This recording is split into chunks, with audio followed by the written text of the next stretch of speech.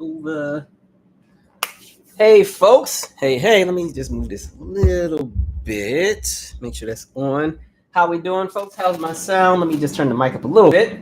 Let me give folks a few quick moments to get on here while I set up all my stuff. It's been a very eventful 2 weeks.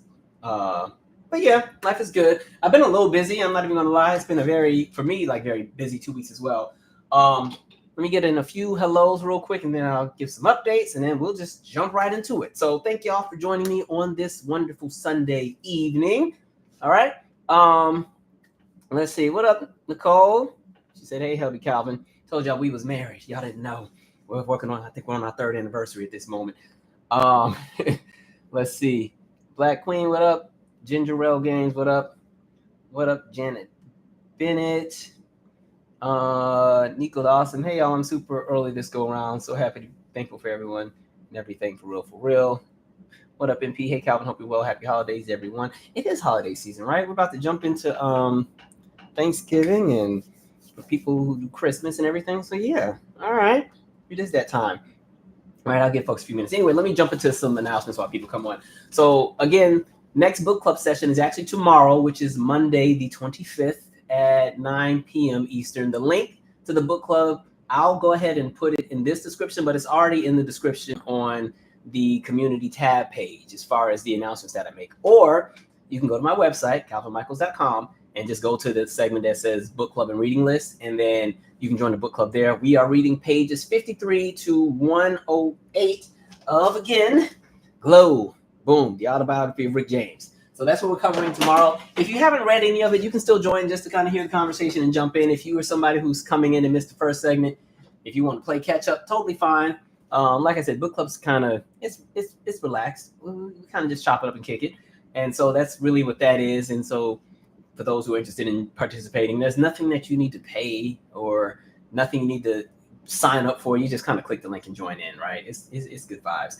And then also, based on your votes, which I'm punching myself because I totally forgot I'm supposed to be in New York on that day, but I'll shift some stuff around.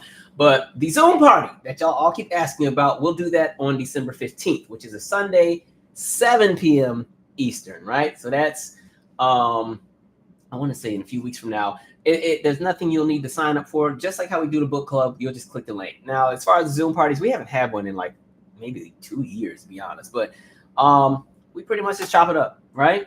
Open dialogue, conversations. I try not to keep it super heavy. I know on the lives we tend to talk heavier things, but it's a party, right? Like Kim Party, it's a party. It's a party. So nobody's trying to be on there arguing all day. So don't show up to the Zoom party with your 10-point proposal about what needs to we don't want to hear all that. We just need a day to just breathe, right? A day to just laugh, kick back, do some games, trivia type stuff. You know, save all the heavy stuff for when we do the lives, right? Especially at this point, there's enough going on.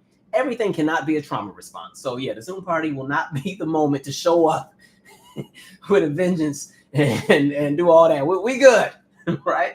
But anyway, yeah. So like I said, it's been a really eventful 2 weeks, at least for me.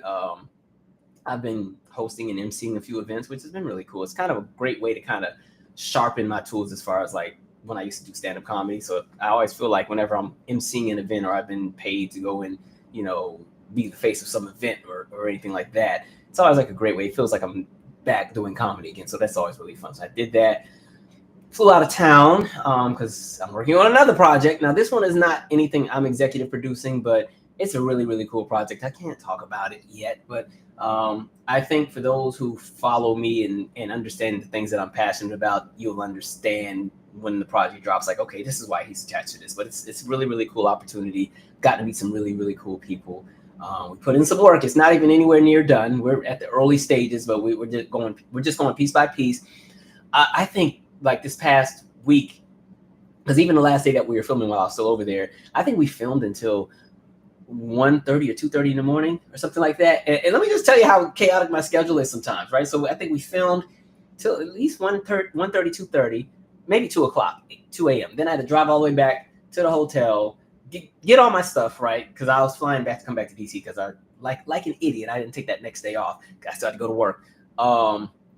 And yeah, so I think I get to my hotel at like, I don't know, 3 a.m. just to grab all my stuff, drive to the airport because I need to turn in the rental car. And then I think my flight was at 5. I landed at Dulles, which if you live in DC, nobody wants to fly to Dulles because Dulles is not in DC, right? Fortunately, the subway runs all the way out there. And listen, it was the cheapest flight I could find last minute. So, then you get on the subway and it's like an hour-long ride from Dulles back to the city. Then I had to run home with the suitcase, change, put on the work clothes, run right back out the door, all in like 10 minutes, and then, get back on the subway, go 40 minutes the other way to work, go to the office. And the only reason I didn't take off was because this was supposed to be like our holiday staff event, just for there to be some logistical mishaps with the organization of that. And somehow we ended up just eating pizza. I was like, you know what?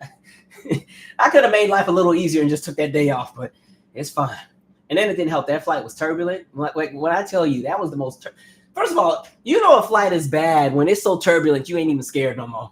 You just there like, whatever. Like, this is that turbulence where the plane's going sideways. It's not even just up and down. We were just, and I'm like, my thing is, I always like playing classic words on my phone. It's kind of like Scrabble. It pretty much is Scrabble. So, I was just, at this point, I'm like, well, if we going down, we just going to go down, but I'm going to finish this round. So I was just sitting here playing classic Scrabble. The guy in the row behind me is crying.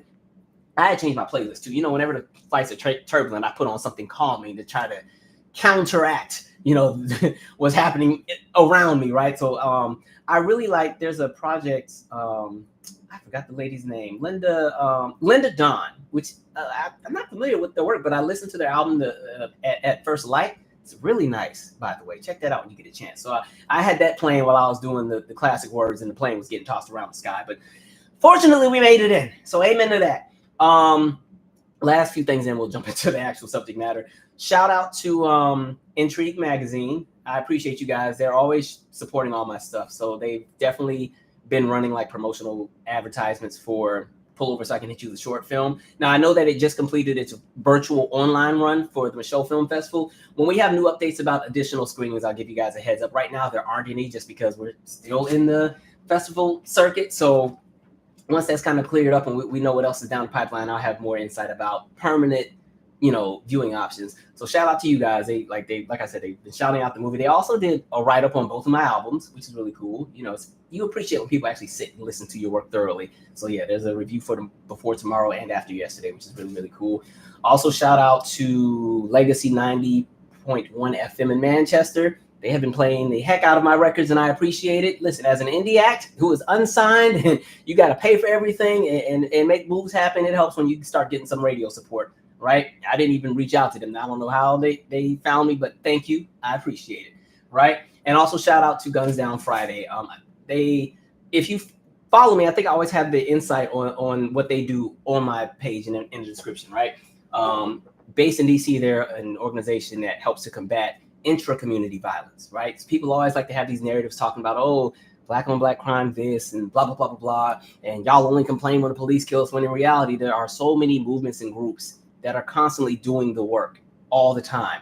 But people never give them their just due, or never give them their shine, never, give them the accolades or give them the platforms to expand their work. So I've always appreciated what Guns Down Friday does, because in addition to just combating violence within the community, they do community building. They're doing the backpack drives and all these different things within the community and literacy classes, all these different things that they have. And so if you want more information about them, their information is usually in the description on this video. But if it's not, you too can go to my website and go to the tab under Calvin's favorite charities, and there's a segment there with their information. So that's that. All right. Anyway, let's get into some of these topics. I'm sorry we had to have such a long opening here. And why is my phone being blown up at the moment? It's like as soon as I get on live, that's when everybody want to hit me, but I have to come back to this. Okay, so I got a chance to watch the Rob Peace movie on Netflix. Now, this is the movie that's based on the movie The Short and Tragic Life of Robert Peace. You may recognize that title because that's one of the books. Give me 1 second. Let's see. Can't I'm on a live. Oh, okay. That's what friends are for. But okay. Yeah, so with the book club, this is one of the books that we read, Short and Tragic Life of Robert Peace. And so we read that book. And so we have been talking about, the long run with what was going to happen. And we had saw that they had been doing a movie, Mary J. Blige is in it, a few other folks. So the movie is out on Netflix. I'll say this. I think I suggest actually watching the movie before you read the book. And I say that because I wasn't able to, and I'm not going to give spoilers, by the way, so no worries. I wasn't able to really lock into the movie the way I wanted to because I was too attached to the book, right? And there were too many things that I kept looking for that weren't there. It's one of the challenges that come when you turn a book into a movie, right? And that's mainly because a book has so much that you're not going to be able to put everything in the movie unless the movie's going to be 9 hours long, right? So the movie is still a decent watch, but I think you will appreciate the movie for what it is if you haven't read the book yet. So I'd say watch the movie first, then read the book, right?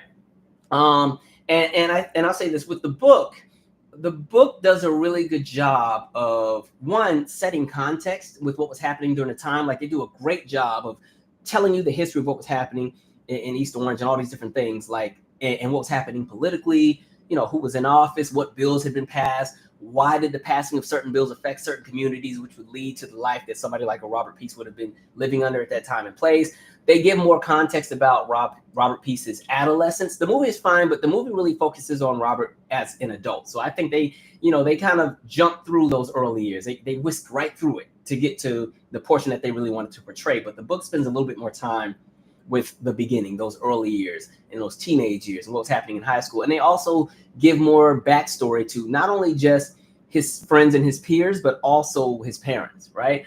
And so with the book, you have a better understanding of everything that's happening. And one of the cool things too, even when we did the book club, one of the participants actually went to Yale and knew Robert Peace personally. So also just getting his insight about what he remembered kind of made the book experience just a little bit different than the movie. Now, I will say this is not a movie that I would say is for entertainment. I think this is a movie, and I say, like, with a lot of these movies, I think they highlight the fact that everybody has a story, right? Like we said, in the U.S., there's 335 million of us. And I think sometimes when we talk about policy or we just talk about world events or even outside of the U.S., right? A lot of things, we look at everything from a collateral perspective. When we talk war and those that tragically are killed, right? When we talk about natural disasters and those who don't make it, when we talk about these mass shootings that take place every other week in this country and these people are killed, right? We never look at the victims as people. We almost look at them as just a number or a statistic with regard to the reality that we live under. And I think with this movie, it kind of highlights that every single person who exists within a certain space or becomes victim to something or has a life that's cut short, all of these people have a story, right? And all of us have one, right? Everything that makes us who we are is tied to what it is we come from. It's tied to who our parents are, what they've gone through, how they maneuver and how they do things and how it rubs off on us and how we interpret things. Like, there's so many different layers and different things that we kind of jump into. And so that's what I get from the movie. Like, I would not say watch this movie because, we need something to watch on a Friday night. Let's get the popcorn. I just think I look at it more as something that's a bit more thought-provoking. It's a film that I think tries to take you into the mindset of where Robert Peace would be at in these different moments within his life, right? And the book also does that as well. Now, I will say my only beef with the book, because the book is written by his college roommate, and his college roommate was this white dude. And so the book does have some moments where there's that white gaze, like Gaze, right? Where there's going to be some moments where the author has their interpretation of what they think or how they understand Robert to move in certain spaces. But sometimes that perspective is blocked by a lens of whiteness that people, even the most well-meaning people, especially when we're talking white folks, are still going to have that white gaze on certain things. There's still going to be elements where whiteness comes into the picture. And so there are a few moments in the book where I was giving the author a strong side eye, like, okay, it just always makes me think back to Mike Wallace and Farrakhan going at it over Nigeria, where Mike Wallace is like, I've been to Nigeria. It's the most corrupt country. I've been there. I've seen it myself. And it's kind of like, okay, you've seen it yourself, but who are you? In reality, like, who are you? Are you the authoritative disposition on any conversation around Nigeria? Like, we can have a conversation about whatever is happening in these different countries, but you specifically don't get the luxury to be the authoritative figure and the end-all be-all on what should be the collective thought about another country, especially coming out of the United States. Relax. So I kind of had that energy towards the author on a few things, because there's some moments in the book where culturally there's just going to be some things he would have never understood. And he also highlights that. So I say read the book and watch the movie. The casting is okay. Mary J. Blige is in it. It's an interesting movie. It's not a happy one, but yeah. So check it out when you get a chance. It's on Netflix. I'm going to actually pause and read a few comments here. Let's see here, and we'll jump right back into it. By the way, today I have my Zen tea. This one is Zen. I normally do the ginger, but we doing Zen today. All right, let's see here. Hey, Calvin, been listening to your new music, enjoying it so far. Thank you, homebody girl. I appreciate it. All the albums are now officially on everything. We got that Apple Music stuff cleared up, so enjoy. Kira Clark said, during my honeymoon. Oh, you won't be at the party then, huh? Well, happy honeymoon. Good for you. You know, we'll have another party at some point. Somebody said, you better play It's a Party by Busta Rhymes featuring John A. Look, and because we're not on YouTube, I can actually play real music without worrying about getting flagged. So, yeah.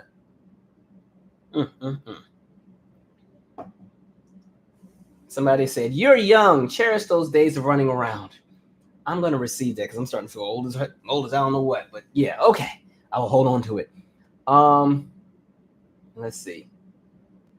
What up, SF? Juwan Walter said, I didn't know the movie came out. I have to check it out. I didn't even know it was out either. I was just kind of, lounging and I had a minute to just sit and breathe. And I was like, well, let me see what's on Netflix. And at first I almost went past it because I just saw Rob piece and I didn't, so it didn't connect like, oh, this is a Robert piece, like the actual movie. And I'm like, okay. So, I'm glad I just happened to catch it. Let's see.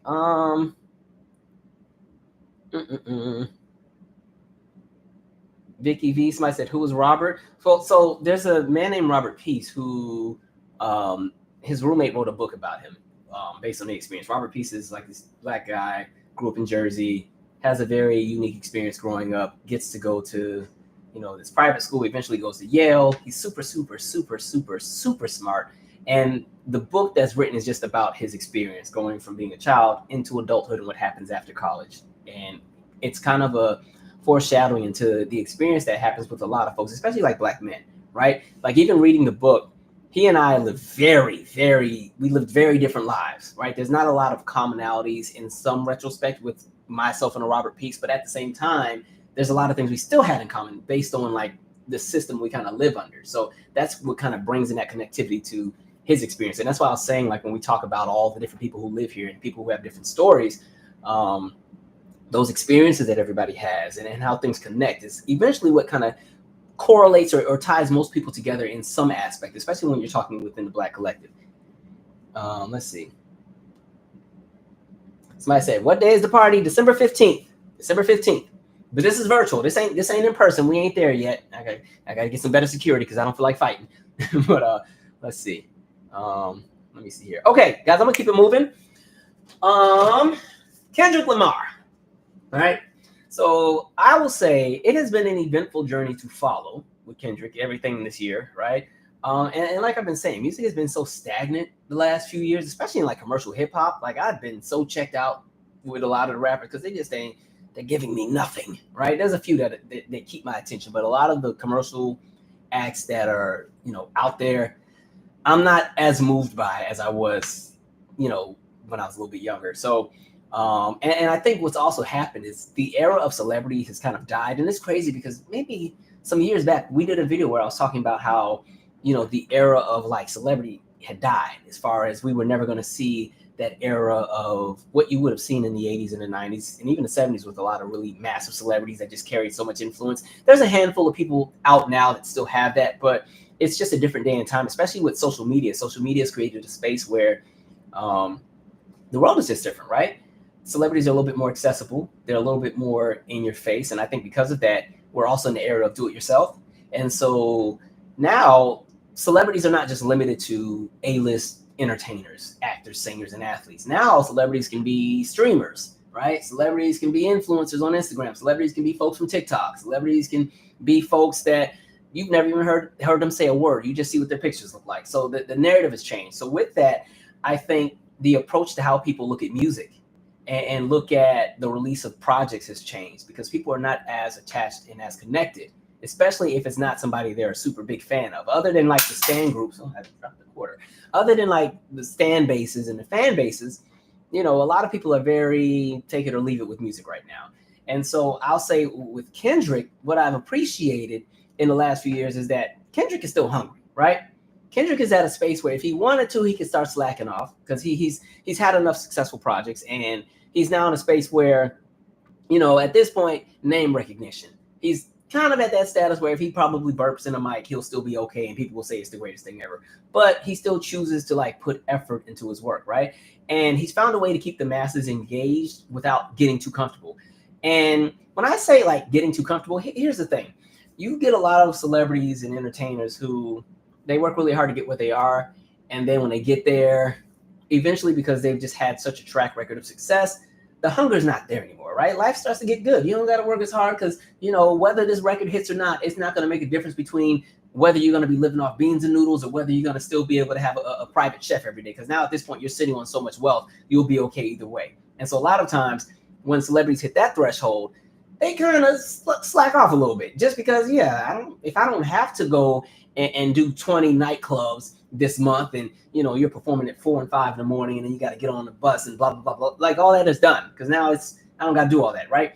But and so what you end up seeing is you see some artists or entertainers, they start slacking even with music. So an example, and I'll say this too. And what was I going to say? I think too with that, you can always tell the difference when there's a celebrity that is hungry and when a celebrity's gotten comfortable, right? And I think you notice it a lot of times when a celebrity starts dropping some BS, right? When artists start dropping projects that aren't even good, you're like, what is this crap? What is this, right? And not to get this confused with when celebrities go abstract, right? Kanye is not the example I want to use, but if we're talking the abstract conversation, right? For the heavy Kanye fans, right? If you're paying attention to those early albums, right? So you had College Dropout and Late Registration and Graduation, right? They kind of follow somewhat of a similar formula that Kanye had at the time, right? But it was still innovative, it was still creative, it was fun, it had everybody talking. And then here comes 808s and Heartbreaks, right? And it's very different, very abstract, not necessarily what a lot of people just couldn't receive that project, but at the same time, people still saw the effort that went into it. So even though it may not have been a favorite for some, they still saw it as artistic expression and the element of just really diving in. So it didn't dismiss him as somebody who just started playing around, right? He would go on to do other projects or anything. Or even if we're looking at Outkast, right? You look at as a group, Andre 3000 starts shifting in a different direction creatively, but it never was anything where people dismissed him because even when you go back to Speakerboxxx Love Below and just how much of a contrast the two projects are, and even how much of a contrast those two projects are versus the previous Outkast albums, right? A little bit different. So again, it's not the idea of you get comfortable and just start putting out BS, but it's more so, there's more so an element of, okay, they're abstract, they're really into their creative back. So there's that conversation. But then you have other folks who just start coming out with nonsense. I'm trying to not be messy and start name dropping because I can name some acts, but there's a handful of acts that I think have had so much success where, because they know it's always going to hit, and even if it doesn't hit, it will still be commercially viable enough to still gain traction and make them some money. They just start putting out any and everything. And you can tell there's no effort behind it. The musicality is so uninspired. It sounds like it was made in 2 weeks and they just had a deadline to meet. That kind of stuff, right? Or even those same situations where an artist is on a label and the contract is up, or they want to get out of the contract. So, they got 2 more albums, so they just throw some stuff out to be done with. People can tell. So getting back to Kendrick, I think what I've appreciated in this go-round is that, he definitely is just somebody who keeps shaking the table in regard to music and keeping the conversation going. I'd say that about Tyler, the Creator, as well, which is one of the reasons why I gave DJ Khaled a strong side eye that time he was trying to come after Tyler, because Tyler had that album that debuted at #1 and DJ Khaled was at #2. Khaled was like, well, I make real music, not that weird stuff. And it's Khaled, all you do is sample. Literally, you're not on the keys. You're not. And not even that. And then it's a lazy sample at that. It's not like you're doing some Tribe Called Quest type of sampling where it's 20 songs put together into one, and you have to literally sit and dissect each track to figure out where everything came from. You literally just take, what's that song he had with SZA where it has the Miss Jackson sample? It's literally just the instrumental of Miss Jackson and SZA singing on it. So I don't want to hear nothing about creativity, but that kind of aspect. But as far as the album, as far as Kendrick with the project that he just dropped. Now, I'm not gonna run and say it's my favorite yet. It just came out. I normally don't do album reviews right away, mainly because you need time for a project to simmer. Like, you know, Good Kid, Mad City is still my favorite Kendrick album. But with this project, what I appreciated was that there's a melodic aspect with a lot of the songs. Now, some of the hardcore hip hop heads probably will hate it, but I enjoy like Luther automatically pulled me in. The song, it's like the second or third track on the album. Like Luther pulled me right in. Gloria towards the end was a nice one. Heart Part 6 was a nice one that has like the SWV sample. Like I like those kind of tracks where again there's musicality. But at the same time, TV Off was a nice one. Peekaboo was a nice one. And it goes back to our conversation of when I talk about that marriage that exists between hip hop and R&B. I've always felt that rap artists benefit more from that relationship than R&B acts do, right? And I say that because a lot of the classic hip hop tracks that have come out in the last 15 years tend to have some kind of R&B sample, right? A lot of times. And it's because that sample has a nostalgia to it, or they also sample from really great eras within R&B. And so you get these really classic tracks that are just, they're appeasing to both hip hop heads and then people who, like myself, are a little bit more into like melody and more so R&B than hip hop, right? On the flip side, for a lot of R&B acts, sometimes when they latch too far into the hip hop sound, a lot of times when they're trying to figure out whatever instrumental or whatever music arrangement they want to have for their sound, because they're borrowing from current hip hop trends, and I'm talking about the hip hop trends that may not necessarily borrow from R&B, but the ones that, some of those ones that I say are a little less inspired, that don't have as much, like how we just said the Khaled track with SZA, right? Even though I guess that kind of counts as an R&B song because she's singing on it, but to me that song, let me just make sure I got the title right because I don't know what is that song called. I want to say it's called let me just make sure SZA that. Just Us, that dang song. I don't know why I was trying to say On Our Own. I'm thinking Bobby Brown. But anyway, I think the reason I hated that song so much is I could just hear the lack of effort in it. And it's nothing against SZA singing what she's singing, but it's just like you literally just took an instrumental and had somebody sing over it, right? To me, it just sounds uninspired. So a lot of times, unfortunately, for some R&B projects, and this is not really that specific one, but a lot of times when they would try to use that hip-hop sound sometimes, it doesn't translate as well because I think with R&B, there's still a melodic element that's needed. And I think sometimes when a track is too dry as in not enough sounds that saturate around you with reverb and with the different chords and strings and all that kind of stuff, it can make a song sound really, really dry, especially if they haven't put a lot of like layering and backgrounds and it's kind of just a raw vocal with a lead and maybe, you know, some light backgrounds. It kind of just kills what people are into. And I think that's why a lot of R&B acts have kind of fallen off, in addition to just radio being stupid and, you know, they follow whatever trend and then you got to stick with it. So that's that. But interesting album. I really enjoy it so far. Like I said, he and Tyler, the creator, have two of my favorite projects at the moment that are out. As far as all the drama, all right, I know there's the conversations with Wayne and Halftime and all that. We'll see how it goes. I'm not that pressed about it. You know what I mean? But my thing is, look, since everybody's mad at this point, maybe this will create a renaissance in rap music and there will be a little bit more effort put into some of these albums that have been coming out because there's been a lot of rappers that have been missed and been a miss lately. So, you know, we shall see where that goes. Let me pause and read some comments, and then we're going to jump into a little bit more serious conversation here. But yeah, let's see.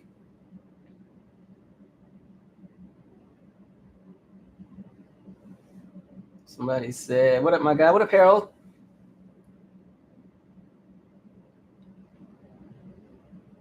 Exactly, Tyler. He said they are way more than stats. They had lived. And that's one of the things I think society, and this is going back to when I was saying a lot of times when you see tragedies and you see the numbers of people who have passed on, we don't spend enough time acknowledging those who have been victimized by whatever situation happened, especially when there's a high number of victims. We just brush it off. So think back to like that mass shooting in Vegas at that concert where there was like 600 people that got shot, right?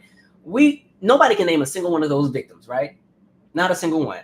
Now, I think 60 people died, but it was a few hundred that were shot. Maybe it was 400, but nobody can name a single victim, right? Because we put it in the tragedy box and society moves on with it, right? If you talk about like the Parkland shooting, people might understand, okay, it was the high school, but a lot of times there's not a single name anybody can remember. You brush it off. Oklahoma City bombing, same thing. It's brushed off. 9/11 is brushed off. When we go into these wars and you're talking about the tens of thousands of people that are killed in these different regions or hundreds of thousands of millions, it's just like it's put in a number. And we forget that each of these numbers represented is an entire experience.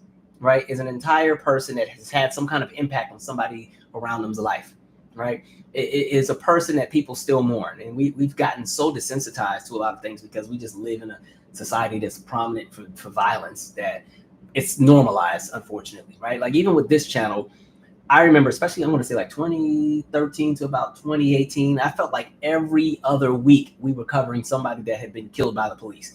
And it got to a point where it was so frequent. And I used to say it, I used to be like, man, I'm desensitized to it. Fortunately, I don't have that same opinion anymore, but that's what it started to feel like. It was like every week is somebody, Lord, it was like every time y'all saw me, I was telling you about somebody else who got killed. So it's, yeah, so there's that. Anyway, where are we at here? Somebody said the Robert Peace movie had me upset. It's, yeah, it kind of, it to me, it's one of those movies I will probably never watch again. Kind of like, what's the Oscar Grant movie? You know what I'm talking about. The Oscar, Fruitvale Station. Like that, it's one of those movies. Like, no, it's not one of those movies, but it has that same kind of energy where you're just never gonna watch it again after you watch it. It will fulfill its just due, but it won't be something you're gonna rush to put back on, in my opinion.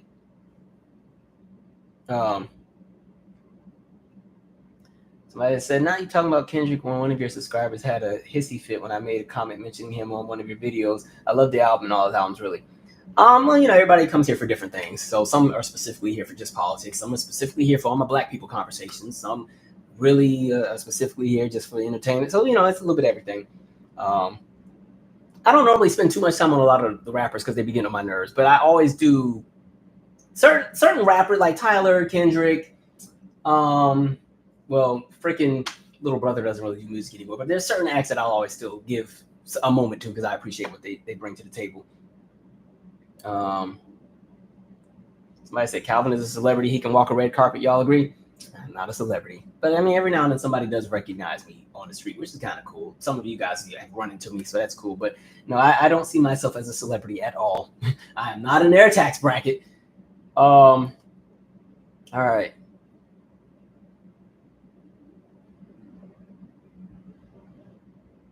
Somebody said they're distracted by the harsh lighting on my face. Look, I can move this lamp a little bit.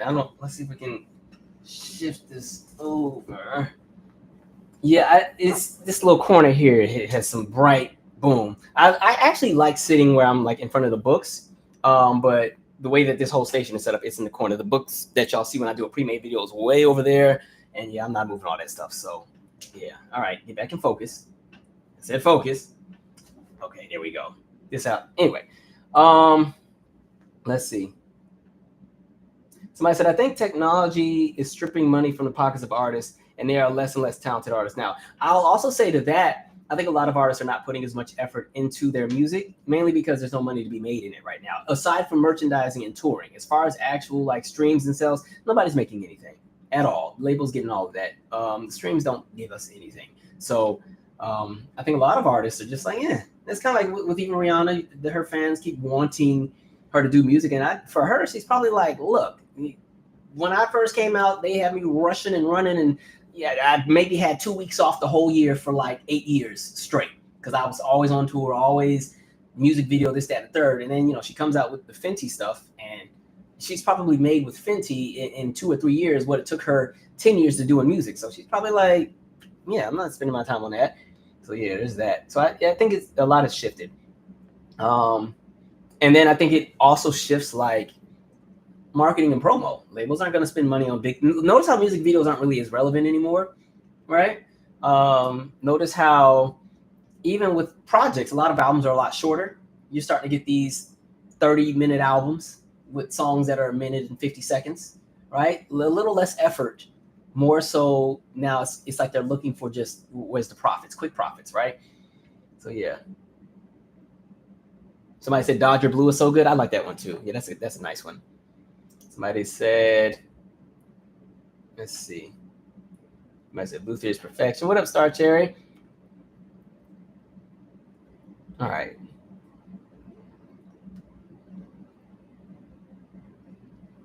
Somebody said, Calvin, I didn't know you've been doing this for so long. I've been going way back and listening to some of your earlier chats. Yeah, man, I've been on YouTube forever. Forever. I don't think anybody paid me any attention until about 2018, right? Yeah. Somebody said, I can live not seeing any hip hop artists campaigning for any political candidates. I'm fine with that as well. We'll get to politics in a minute. Let me stay in my happy place for a few more minutes. Let's see.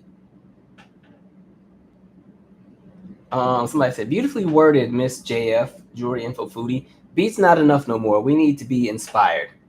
I agree. I've always felt that way with music. Like I feel like music is supposed to take you somewhere, right? I feel like even like the actual musical track before the vocals are even on there should be a story in itself. Like think back to like some of your favorite songs. A lot of the times you were pulled in before you even heard a voice come on the mic. The music just pulled you in right away. You're like, oh, okay. Like same thing. And I don't know if we always get that anymore, right? Sometimes you'll hear stuff and you're like, nothing worse than like putting on an album and you're 5 or 6 tracks in and you're not moved yet and you're waiting for it to get there. Like that's the worst feeling in the world. Like, ugh. Right? Oh, Doechii, I really appreciate what she does too. She's a really dope artist. All right, we got to keep moving. Okay. Now for some serious business for a sec. Tyron McAlpin. I hope I'm saying the name right. Let me read the article real quick and then we shall talk here. All right, time for some foolery here.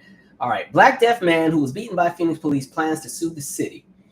All right, and then they want to put an ad just as I'm reading it. Relax here. All right.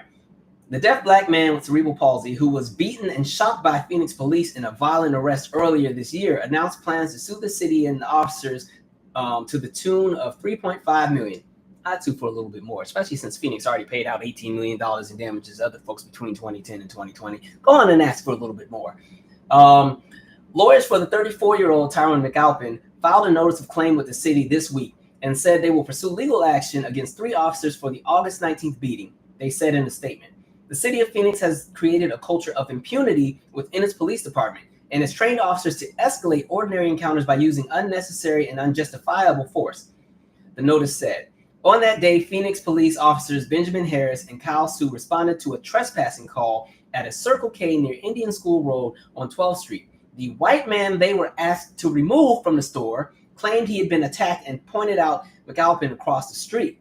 According to the footage, Harris told McAlpin to stop and grabbed him within a few seconds. There was a struggle among the men, during which Harris used a stun gun on McAlpin 4 times. The officers collectively punched him over a dozen times, video showed.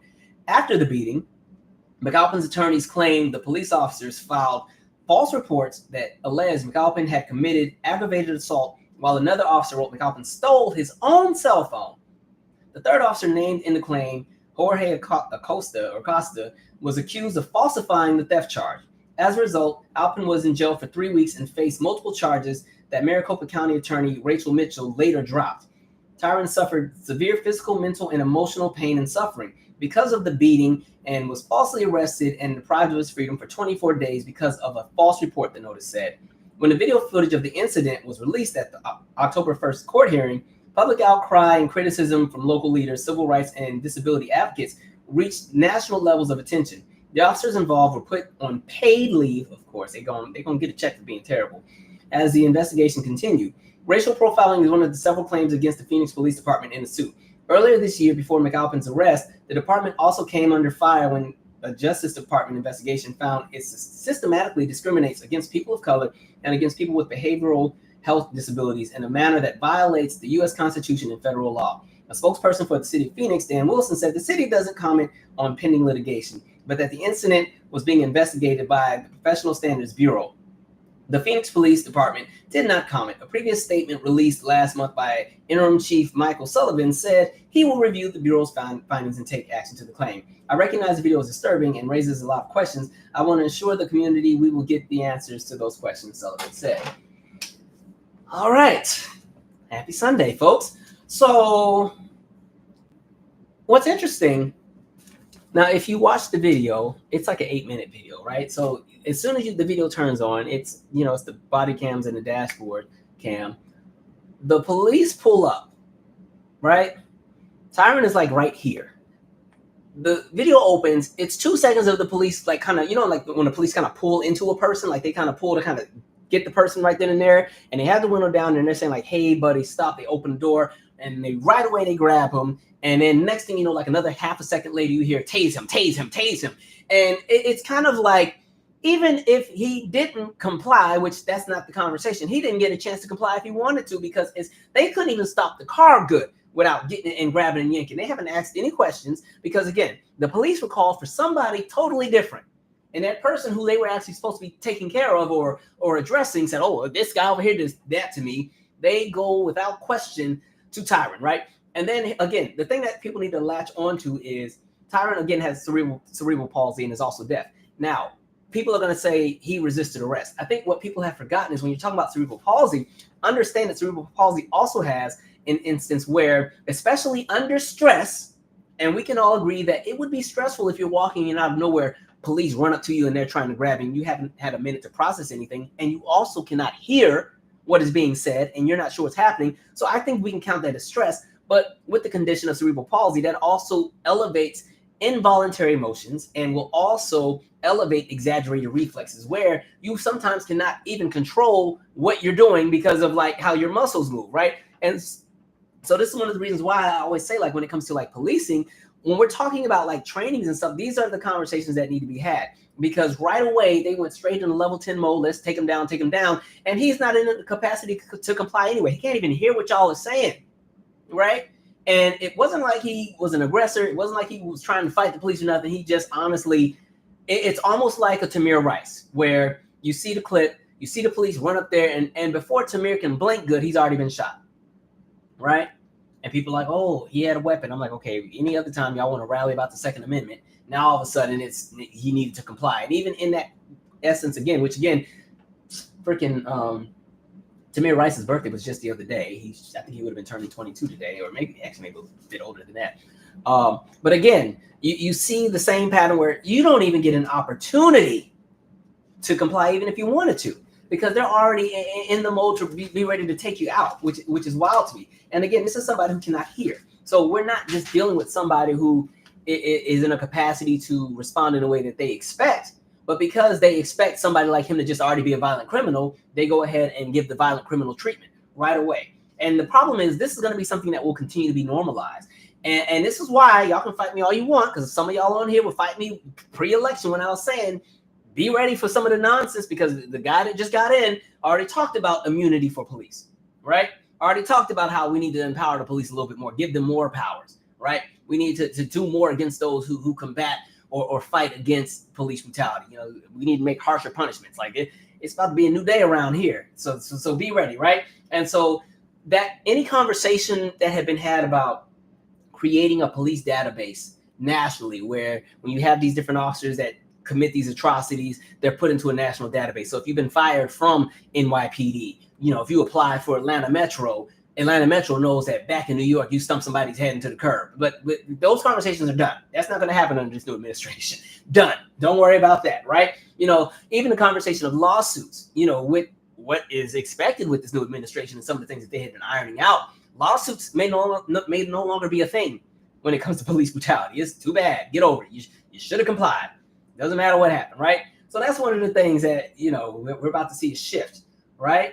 And again, we've talked about just how these cities had those payouts that they've had to give when we're talking lawsuits, because they just have so many people that have these claims. Like, I can always pull the numbers up. Y'all know I love some numbers here, and we've covered this a few times, but I'll still happily cover it again. When we're just talking about the numbers of what some of these cities have to put out within relation to lawsuits from people who are suing for damages for either being, you know, a family member has been killed, or they've been damaged so bad or injured so bad they're permanently disfigured, right? City of Philadelphia between 2010 and 2020 paid out $136 million in settlements, right? And 59% of the officers in these settlements were named in multiple different situations. Baltimore, $41 million, 58% of officers named in multiple suits, right? Boston, $17 million.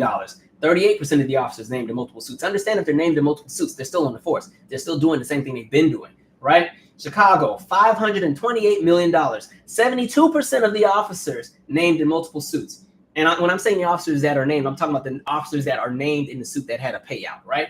72%. Cleveland, $29 million. 12% of the officers named in multiple suits. Dallas, $10 million. I mean, Dallas ain't playing. They ain't giving you nothing. They're going to find a way to say you on your own. That's Texas, right? $10 million. They didn't even give you the numbers on which officers were named in multiple suits. You're not getting it.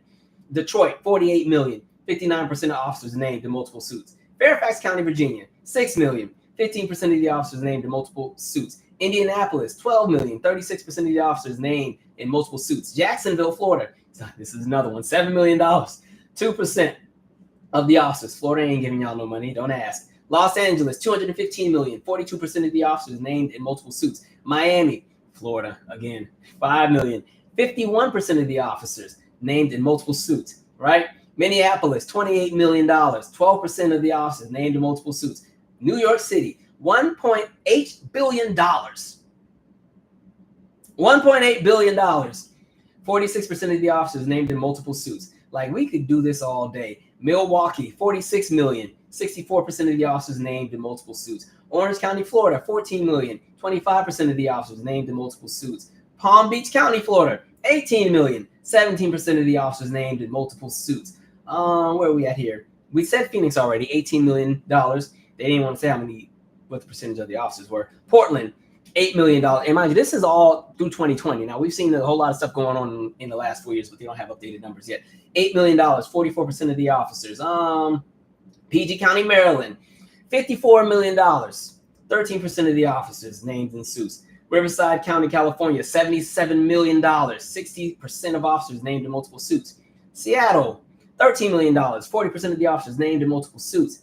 DC, $91 million. 8% of the officers named in multiple suits. So the point that I'm getting at is, like, a lot of the times, the city has never made an effort to reform or shift how their policing happens because they could just pay people off, right? And now we're coming into an era where likely folks won't even be getting paid off anymore. That depending on what, especially what's going on with the Project 2025 mess, you know, there's maybe some elements where there will be no lawsuits. You just get your ass beat by police and that's it. Like, wild to me. And so again, like when you're just talking about, again, 24 days locked away, you technically didn't do anything. Like I'm not suggesting you go and watch the video. I know a lot of people don't like that kind of content, but even if you just watch the first 10 seconds, because in the first 10 seconds, they already got him down. It's an 8-minute video. So the next 7 minutes and some changes, them just beating him up.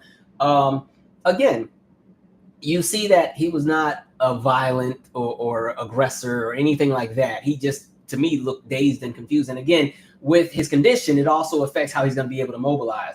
But again, 24 days. And then you find again that the officers lied, right? They said he stole his own cell phone. That phone is stolen, right? Because now it's at the point where we got to make up something. We need to justify why we're stumping him out. So we'll find something, right? It's kind of like the fact that you can go to Google right now and just Google police planted evidence, and you will find page after page after page after page after page of all these different cases where the police plant evidence on people that they want to set up and frame. And you know what's crazy? Some of it sometimes is just also lazy work. Some of it sometimes is they don't even really care about getting justice. They just care about getting numbers and meeting a quota, right? And so it's not really justice for the families of actual victims of crime who are looking to put perpetrators behind bars for those who have done things. It's more so sometimes they're just trying to make sure they meet their quota of getting folks locked up, right? And so it becomes a question of like integrity, right? Integrity and impact versus numbers, right? And that's kind of where we're at. And so it's bad enough, right? Like the masses already see people like us as criminals, right? But just not the criminals they'll vote for. And so what makes it even harder is now that you're going to start seeing a shift with what happens with policing. You're never really going to get into that space where there will be a collective effort nationally to shift how we address policing in this country, right? It's not saying that the police should be individuals that walk around with a whistle to enforce the law, but it's also saying that there's no reason why we keep seeing these cases where people are either unjustifiably killed by nonsense or they're beaten within a hope of their life, you know, for a misunderstanding, right? And what's even crazier, right? Like for an example, like even when you talk about, you know, one, thank God there was a video, we could see what happened, but we've also seen what happens even when there's video. The whole world watched George Floyd lay on the floor with a knee in his neck for 8 minutes. And people still had no empathy for that man, right? People, Candace Owens, what's really been interesting, a lot of people keep going to my Candace Owens video and they're trying to tell me I'm crazy. And I'm like, nah, F that and F her. She's full of nonsense. I'm like, that's the same lady who made an entire documentary trying to claim that George Floyd died because he was an addict and it was the condition of how he utilized drugs which killed him. As if we didn't watch, again, an officer put his full body weight on this man's neck for 8 minutes, right? So even when there's video evidence, You don't even witness, sometimes you don't even get to see the justice, because again, society has gotten so conditioned to normalizing this. I've always said before, the idea of thinking it's normal for an officer to be able to just kill you or beat you down, to me, is crazy. I understand the idea of laws existing, but the fact that you can be lawless while enforcing the law is an issue for me. And sadly, it's not an issue for a lot of people. And people are content with it because a lot of times they think that, it's getting what they deem as the bad guys. And this is one of the reasons why, even when you call it out, a lot of times, especially when you're talking white America, they come and fight you tooth and nail. Because again, they see the idea of law enforcement as their values, and they see the police as an extension of themselves. So when you call out or criticize what's happening in policing, they feel it's a personal attack. Because the sad aspect of, and listen, just so you know, I'm gonna be talking about white people a whole lot more on this channel, especially after this election. A lot of times when you're talking white America, because they center themselves in everything, even when you're having a structural conversation, for them it's individualized. And that's why you get the not all white people are not all, it's always back to, they have to somehow shift the narrative to say, well, not me, right? And so when you're having these conversations about what's happening with policing and everything, people will do any and everything to try to counter your argument and make it look like you're crazy and try to justify the nonsense. And then in that same token, you're watching the corruption, especially in our political leadership, and everybody's silent, right? Anyway, I'll pause on that. Let me drink some of my Zen tea, right? Here we go. A mess, a mess, a mess. Fix it, Lord.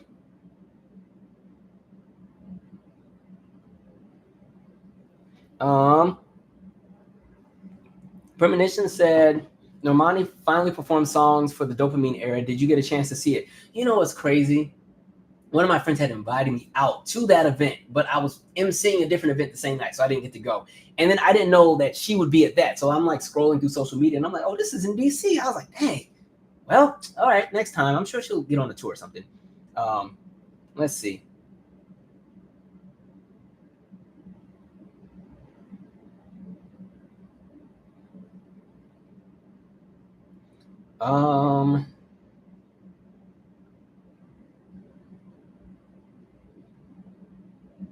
Somebody said entertainment in general is not that profitable and is undergoing major upheavals. Rightfully so, because the treachery and cutthroat behavior has been status quo far too long. And I do feel that you're seeing a huge shift with what's happening with entertainment. I feel like that it's like a cycle of like a flush out. And it's not just in music, it's happening in TV, it's happening in film. So much is going on. So it'll be interesting to see how the next few years goes. Next few years are. Let me see.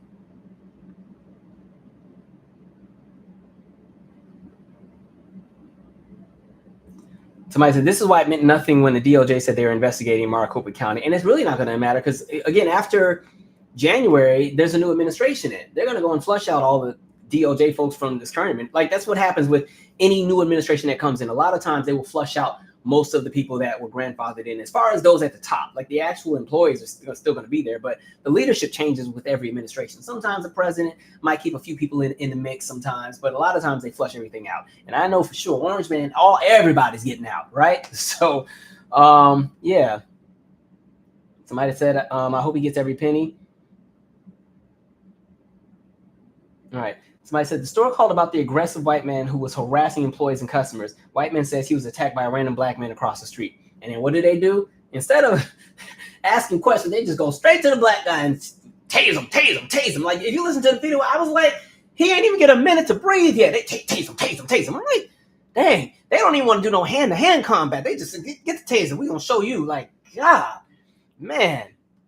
And so, again, that's why I always say, like, one of those conversations within policing was trying to get into that space where they have to be in a capacity to be able to, and I understand there's moments where times are a little bit more intense and you might not have that same window of time to decipher what's happening. But the fact that it's like there's never a moment to breathe. Like, I feel like as somebody who had to work with youth for like a decade, I feel like in some moments, there's more things that I'm trained on than police when it comes to just interacting with people. I'm not talking about like with weapons and stuff, but like noticing certain signs and stuff of like how to deal with different things, right? Like, working with kids, I would have to know different signs for the kids that I had that were epileptic, right? Or kids that had type 1 diabetes, and making sure that like the numbers are between like 71 and 180 with like the milligrams when it comes to like the glucose, like all that kind of stuff that you had to constantly pay attention to.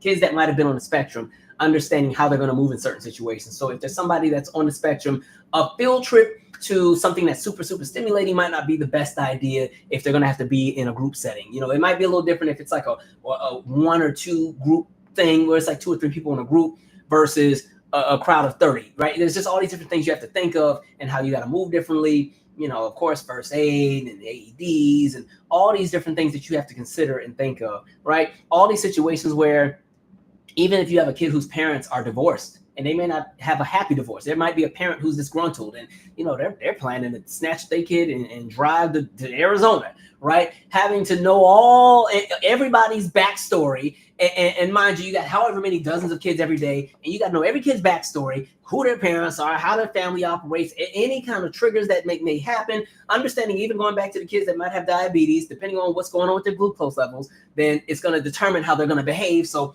if they're having a moment on a field trip where they're laying on their back screaming and kicking at the museum, you know, and you're thinking they're just losing their minds, but their sugar levels are out of whack. It's like there's all those things you have to consider and think about. And it's interesting because then when we get to police, it's like some of these departments you go to training for 3 weeks, and as long as you can shoot a gun, you're in. So it's kind of like, I'm being sarcastic, but literally there's not an effort to enhance that service that is there, right? And I think that's why we keep seeing so many problems. We've seen so many situations where there's been a wellness check, where some or even somebody who specifically calls in, right? That goes back to who I had her name wrong on the last live. I was mixing up somebody, but like Sonia Massey, right? That situation where, again, it's like a conversation of almost a wellness check, and then look what happens. They show up in there and just start spraying everybody, right? Wild times.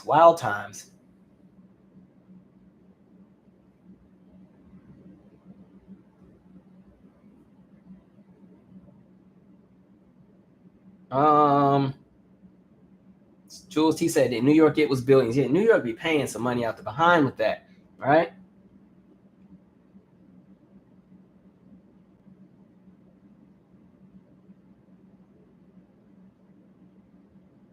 I actually agree with that, Janet Bennett. They should sue for part of their police pension. But, you know, again, if this whole immunity thing is put into law with the current administration, that won't even be a conversation, at least not for the next 4 years. And so, yeah.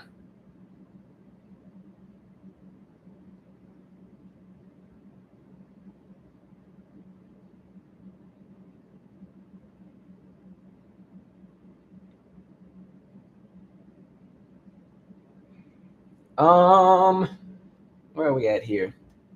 That mess about Dan and that officer that killed Botham Jean made me super mad. I'll get to that as well. But at least with Botham Jean's family, they're getting a $98 million settlement. I'm going to come back to that, though.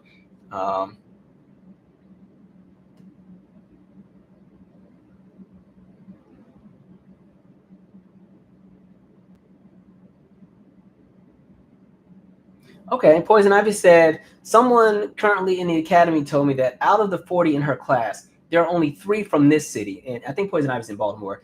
And some were kicked out of departments from other states. They just don't care. Like, and for me, I feel that a lot of times when an officer has been fired from one department, depending on what their life experience is as far as what it is that they can get for employment, sometimes for some of them, being an officer is all they can do, right? But then sometimes they have a vengeance. So when they do get back on in another department, sometimes they're worse. Like, I think some of them almost feel invincible after that. Some of them move with a vengeance. Some of them move where, you know, it's almost like they get an adrenaline rush off of some of the violence. Like, think about sometimes, I don't know if you guys like watch ID Channel or some of those shows where it's like the people that go and rob the banks, and, you know, they rob some bank and I don't know, they get, in this modern time, they get $4,100 after they rob the bank. And they're like, you know, I just needed to pay off my car note. But then they're like, the adrenaline from robbing the bank, I maybe want to go do it again. And then they go and they rob like 20 more over the span of 3 years. I feel like that same energy happens with a lot of folks when it comes to just violence, as far as like, even within policing. Some of them get off on that. They love that, right? It gives them a sense of purpose. So it's wild to me.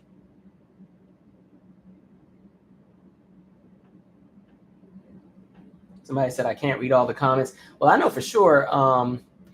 I don't know. YouTube's been weird too, because like I know on a replay for some reason it only shows the top chat option for me now. It doesn't show like the live, so I don't know what's going on.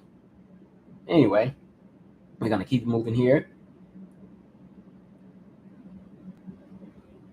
Somebody said, "Here's the issue: cops have zero tolerance for black people. They don't hide it, and other races co-sign for it."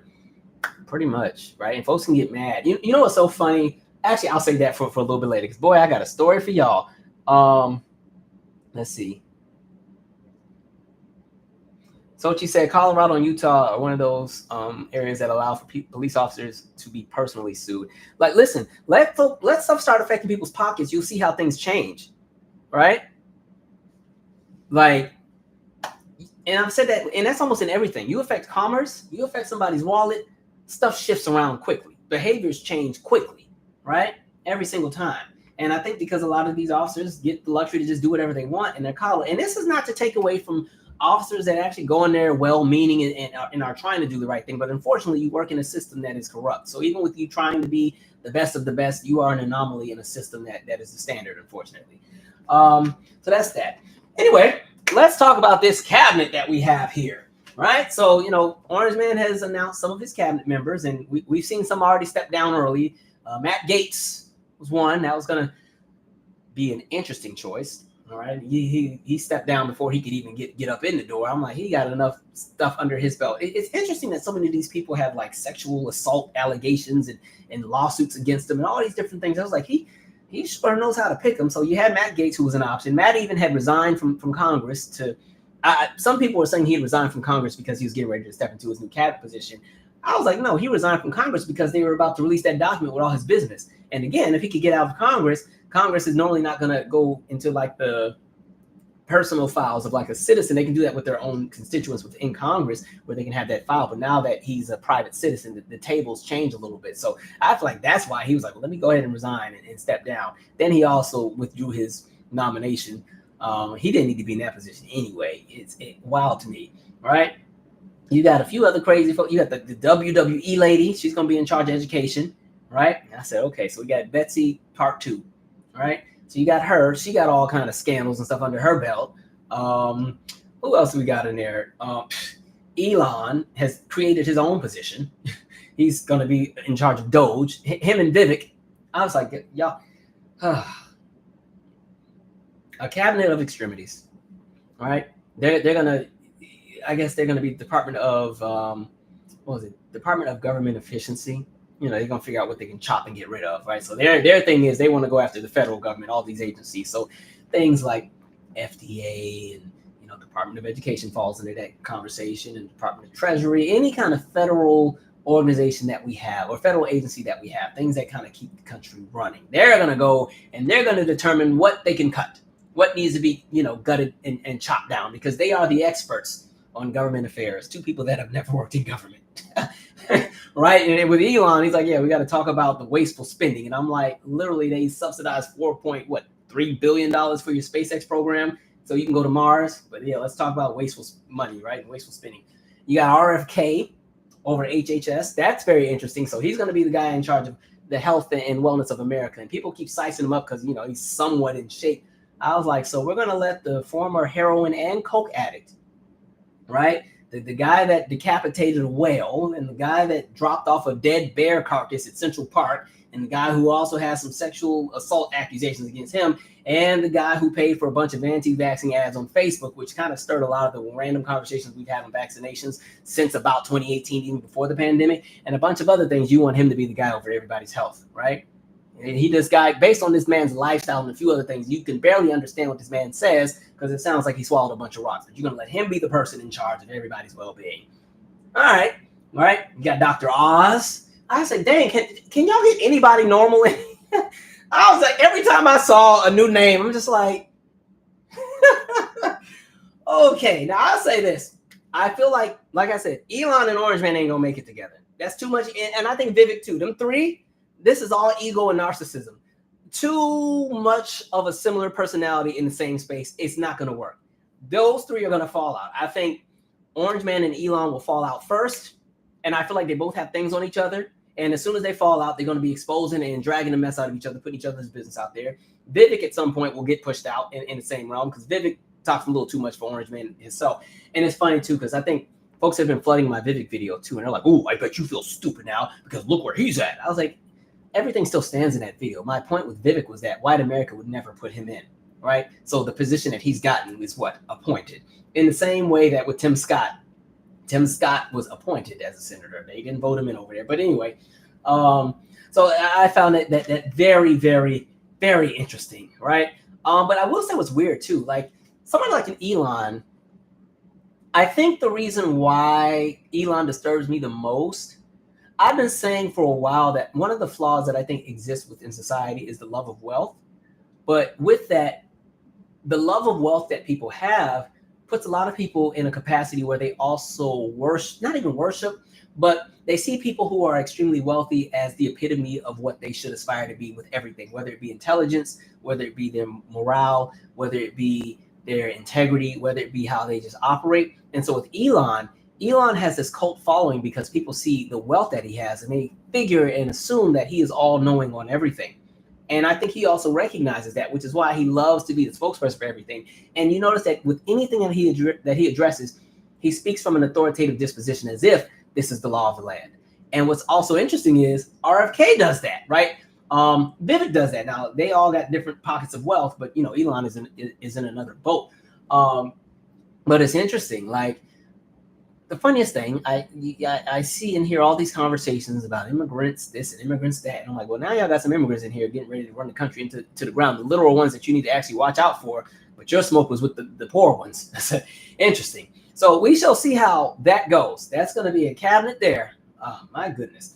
And then I was looking at Byron Donalds. I said, Byron, what happened? Like Byron, for me, remember that's the black dude from Florida. You know, that's the black dude that's in Congress that represents a white district in Florida that always goes on the media talking about what's good for black folks. And somehow he was the expert on everything. I'm like, that man did so much caping for Orange Man, and you saw him on every platform, right? All that promo and beard died. And they didn't even offer you a position. And some folks were like, well, it's because of his criminal past. And I'm like, well, we have a president that literally has a criminal past. We have almost every person in the cabinet has some kind of investigation or something else with them. So he should have fit right in. I wonder why he hasn't been given any position. Because the one black person they did put in the cabinet is the NFL player. And of course, where did they put him? HUD. And so, boy, Byron, I know you mad. I know Byron got to be mad. Like Byron was on every news network every week spewing some nonsense, right? Byron, what did he say? What's the thing he was talking about? He was the one talking about we were actually doing better under Jim Crow and the black family this and the black family that. Then I went to Google what his family looked like and none of them looked like him. I said, you know what? I don't have time. I'm not doing this. Like when I tell you we got some nonsense up in here, when you want to talk about some DEI hires right now, because what's so funny is, I've seen the story where in Congress they're trying to push the remove or dismantle DEI Act, right? Because apparently DEI is ruining the country, right? And it's funny because as I'm looking at all these cabinet picks, literally none of them have expertise in any of the fields that they want to jump into or that they're going to be put over. Like they're not qualified for any of it. So I'm like, you would think those are the DEI hires, right? So interesting, right? And I want to go a little bit deeper on that, but I'm going to pause and read some comments first. But boy, we are in for it. I said, Byron, they ain't give you no position. They wouldn't even let you be chief of staff. Nothing. No interior. No nothing. No transportation. No. He didn't get to do nothing. Like, okay, they said, no, don't worry about it. Thank you. We'll call you again in 4 years when it's the next election. A mess. No, Byron, man. He was putting a good dye. This beard be jet black. Like, jet black. Right?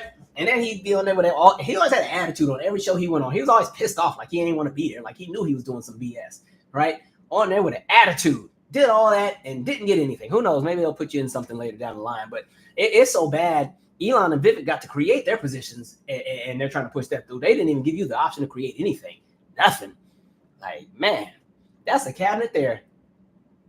My God.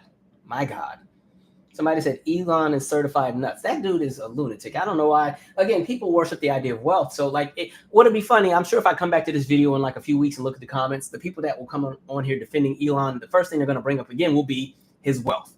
Right? That's going to be the first thing they're like, well, he got this. What you got? Common sense. But anyway, I'll let a dang apartheid MF whose parents were freaking Nazis or grandparents were freaking Nazis come in and be in charge. Let's see.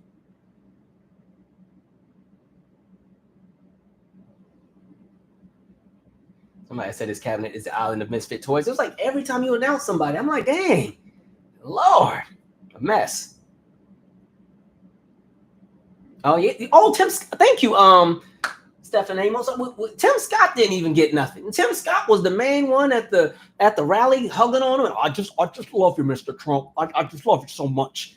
You ain't even getting no love back, huh? They ain't gave you no position. You got married for nothing because you know you don't want to be with that lady, but whatever. Went and forced yourself into a marriage just to because that was supposed to give you an opportunity to be the vice, because that was the conversation at first. And they said, no, we're gonna go with JD Vance, right? Let me tell you what pissed me off too. I had no idea that movie Hillbilly, whatever it is on Netflix, is about his life. I was like, dang it, because I actually liked that movie. It was actually really nice. Then I read that it was him. I was like, God, now I gotta hate the movie because JD Vance is oof.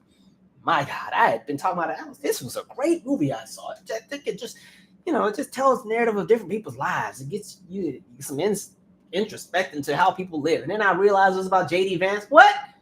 Never mind. I take it back. I changed my mind. I hate the movie. It's horrible. It didn't need to be nominated for any Oscars. Take them back. Man.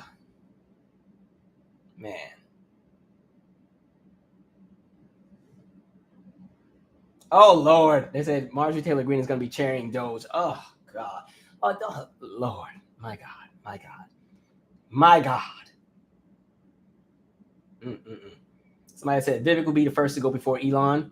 See, the reason I think Elon will go first is Elon already thinks he's more important than Orange Man. Vivek doesn't. Vivek kind of knows his role. Vivek knows that like white America will never accept him in that realm, but if he can play the role, he can get as close as he can to that cement ceiling, right? Not a glass one because he can't break it. It's going to be cement. It will stop here, right? This position right now is the ceiling. He's not going to mess that up for himself, right? Again, this is somebody who literally has stripped away his entire heritage and who he is, even the way that he speaks, right? He sounds like one of those like white frat bros that went to, I don't know, they went to Kentucky State or something, right? His entire demeanor and personality is shifted, right? When you talk about his politics and his viewpoints, he sounds like a red pill white boy, right?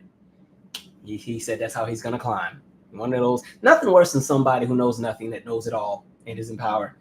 Good luck, folks.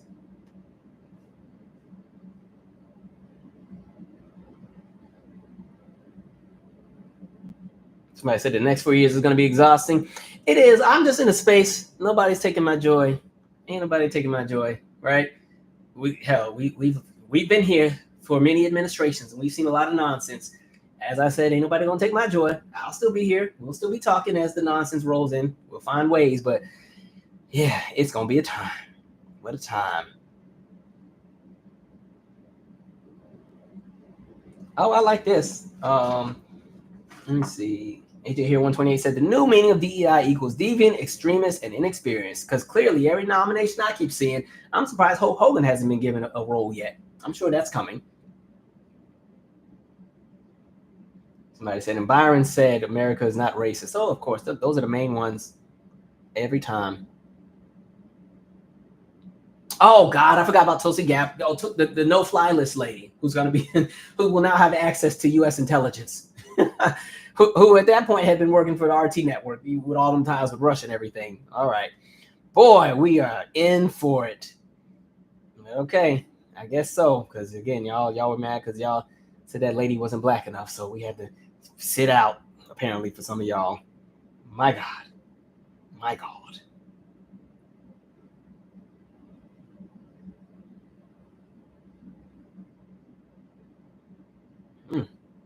I'm sure Ann Coulter would get a position too. But actually, no, Ann's not going to get nothing because she talked too much trash about Trump. But yeah, we'll see some nonsense. But anyway, going back to this conversation, right? What is so interesting watching all of this unfold is like I've said, whiteness is centered in everything. All of this to me is centered in that.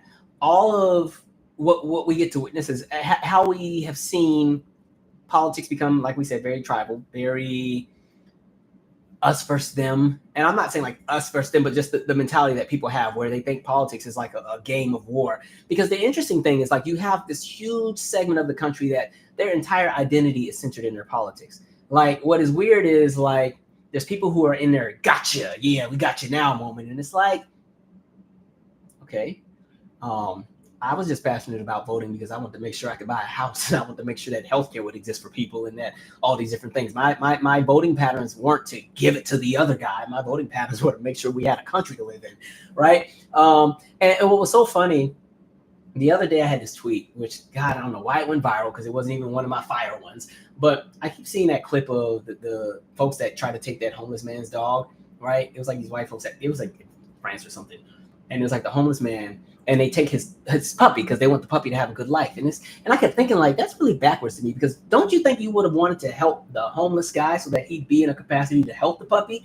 But instead, it's like they bypassed the homeless guy and snatched up the puppy because they cared about the puppy. And then the guy is crying and trying to get his dog. And so I had tweeted, I was like, I'm tired of white folks pretending to be good people. And so, which I stand by every word, and I really mean that crap. I really mean it.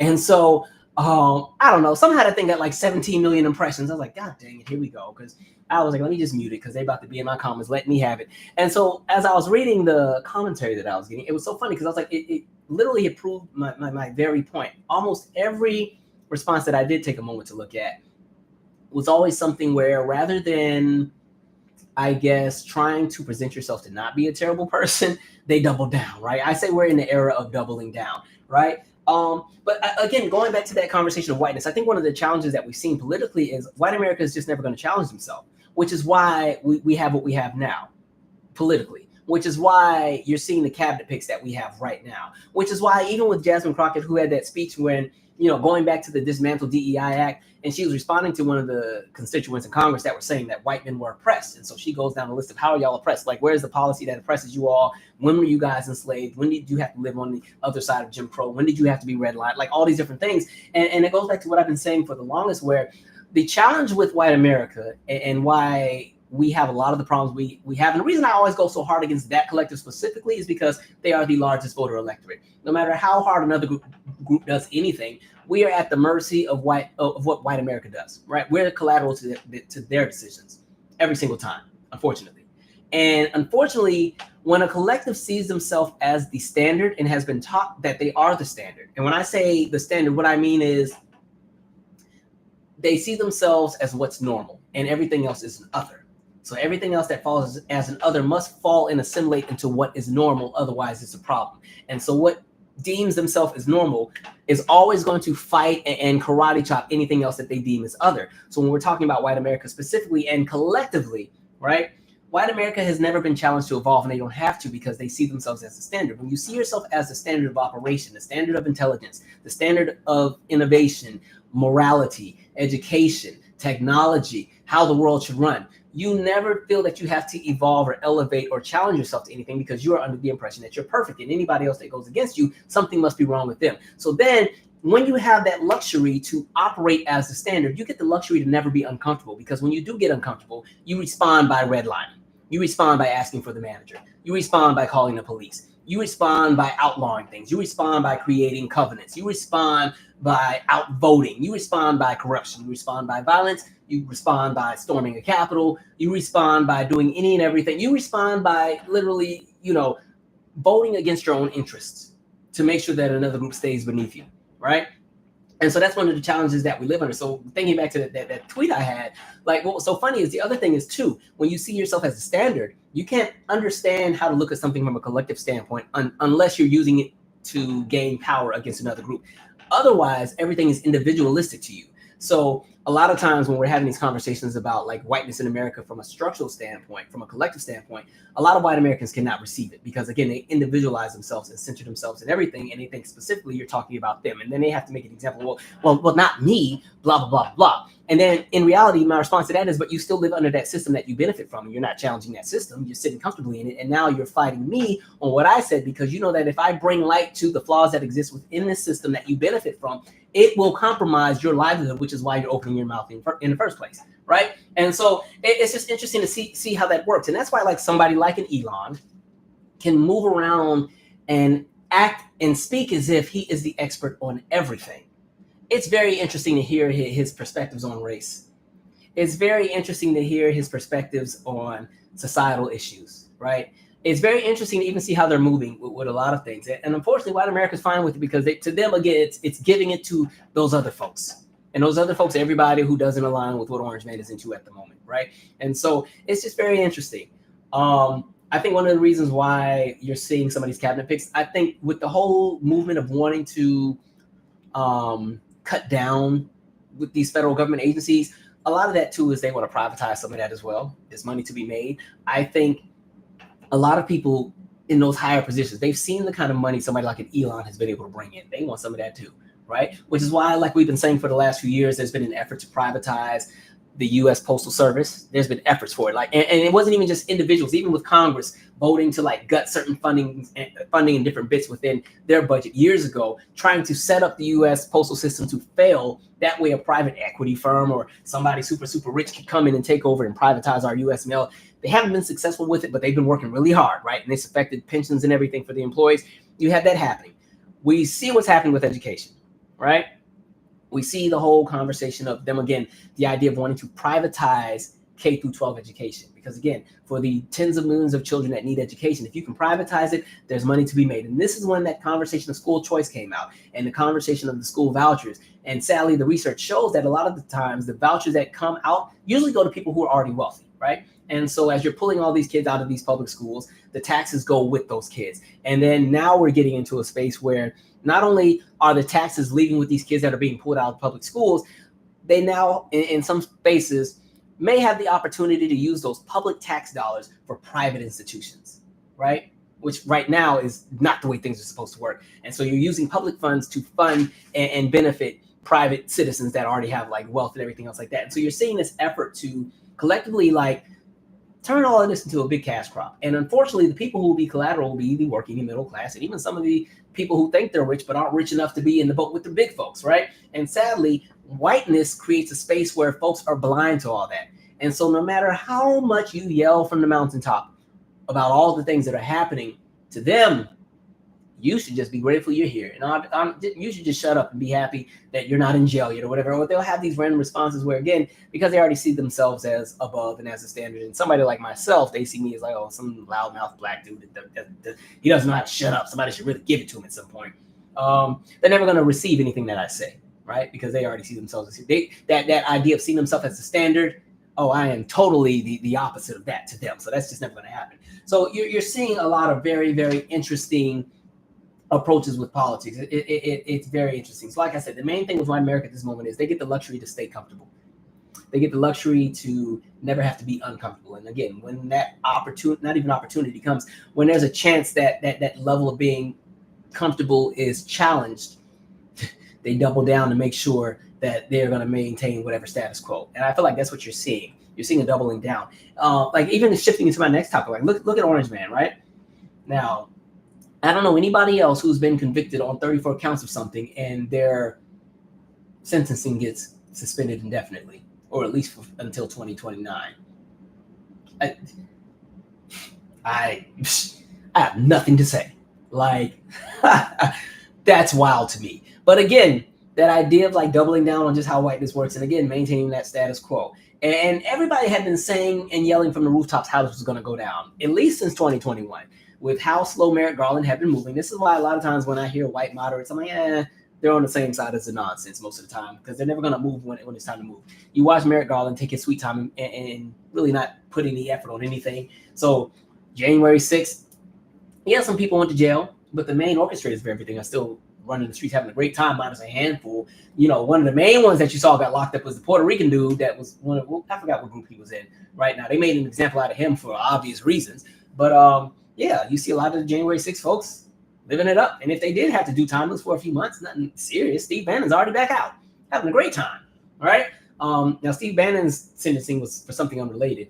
But yeah, so New York case, pretty much done. Jack Smith, they're already dismantling everything that they were doing for the last 3 years. All that's going down the trash because new administration's coming in a few weeks, and all of them are about to be fired anyway. So it's just interesting to see how that system works for some and works against others. And it's so blatantly in our face.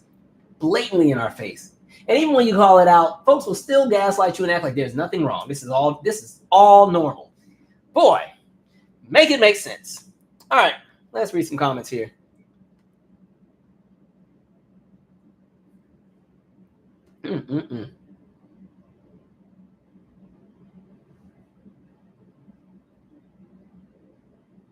Somebody said, Calvin, please, that Tim Scott impression. Yeah, I don't know. He's my favorite one to make fun of. He's just goofy to me. Just goofy. Somebody said, I never cared for Elon to begin with, even when people liked him. I hope that society gets into a space where we don't spend so much time worshiping the wealth of others. That was the downside. I think, again, everybody would love to have a life of prosperity or a prosperous life financially. But I think the love of wealth created a space where we ended up, I wasn't one, but there's a lot of people in society who have a love of the wealthy because they see themselves, or they see what they want to see with themselves in that person, as far as that can be me, right? And what ends up happening is it creates an era where a lot of super wealthy people get to have a lot of influence. And my issue is with Elon, because there are some who are super wealthy and they use their wealth for good. Notice his usage, other than the space stuff, which, he has this obsession with wanting to manage how all of us live our lives. That's my issue with him. Like, even with my politics is leave me alone. Don't bother me. Don't intrude on anything I have going. Don't sacrifice my livelihood. Don't take away any protective programs that benefit people around me. Like, my politics is I think of the most vulnerable people around me and what makes sure that they're good and that I can be good at the same time. That's how my politics works. And so, like with Elon, his idea is, well, I know everything, so I'm going to be the person to decide how we do everything. Even listening to Vivek talk about how he would cut down Social Security. Did you hear that speech he had where he was talking about, well, with your number, if your number is odd, or if your number ends in an odd number, or your Social Security number ends in an odd number, you'll just be out of it. And if your Social Security number starts with an even number, you'll be. I'm like, what? That doesn't even make, okay. And it makes no sense because, again, with your Social Security number, when you're looking at it, each number has a specific purpose. It ties to the region you were born in, the time frame you were born. So this idea of somebody's last number or first number being the reason why they get pulled out of Social Security, when everybody who has Social Security has paid into it, that is the people's money. That's the money that has come out of our paychecks ever since we all had jobs. So how are you going to say you're going to get to dictate who gets the money that they worked hard for? Like, that's wild to me. It's kind of like the same conversations they have with a lot of things. There's all these people who move as experts who don't know anything. But again, going back to my politics, I'm not a fan of any politician who spends the majority of their time kind of harping down on what they can strip away from others or what they can do to intrude on everybody's life. And looking at a lot of the people that Orange Man aligns himself with, and a lot of the people who are currently in this cabinet, they all have these viewpoints where they want to either impede upon like what people already have going. Like, leave folks alone. Nobody wants to be bothered. Like, that's the reality. Like, I think most of us want to just live our lives and ensure that we'll always have an infrastructure, that we'll have a decent healthcare system, that education will always be okay, that, people can have a prosperous life. That's what people want. I'm not a fan of people who run for office with a vengeance and they want to give a lesson to a group of people. That's a waste of time for me. That's why I don't move in that realm. But anyway, back to the comments. Yes, Vivek knows nothing about American history, and he does. Even when we talk about Black folks in general, a lot of people don't even know Black history. Sadly, even Black folks, I love us, but a lot of us don't even know our own history, right? And so that's why a lot of times when people start having these conversations about, well, you bring up the wealth gap and everything, and you sometimes will hear that narrative about, well, the reason Black folks are in the position they're in, and everything is our fault. It's all of our fault. They will bypass all, and when I say all, it's a big all. Okay, this is like all the sand at the beach, all of the political and systemic and things backed by policy that screwed us over. They will bypass all of that and somehow say, well, it's your fault. You didn't dream hard enough. You don't have the ambition, right? folks will say, my grandfather moved here with $12 from Nova Scotia, and he was able to blah, blah, blah, blah, blah. I'm like, yeah, but your grandfather also didn't get denied by the banks. Your grandfather also didn't have to be redlined. Your grandfather also probably wasn't left out of the New Deal, and wasn't left out of the GI Bill, wasn't left out of all these different things, right? And so, of course, yeah, but another conversation for another day.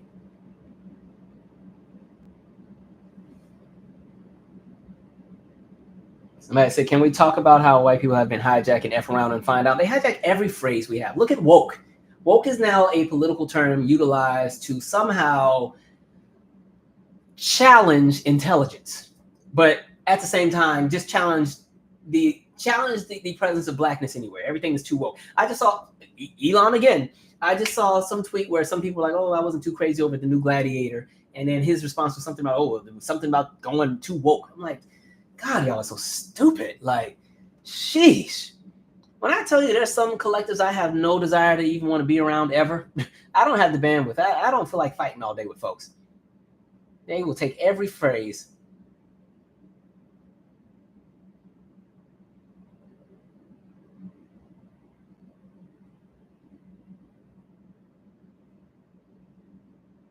Yes, they would like to privatize the programs that people actually need. All right. Even Dr. Ross talking about healthcare. I'm like, the very person who's an actual doctor who signs the oath to ensure that they do not harm is over here talking about, well, yeah, we need to dismantle the healthcare system. Just get rid of everything. Again, so now we're going to privatize it all. Wild to me.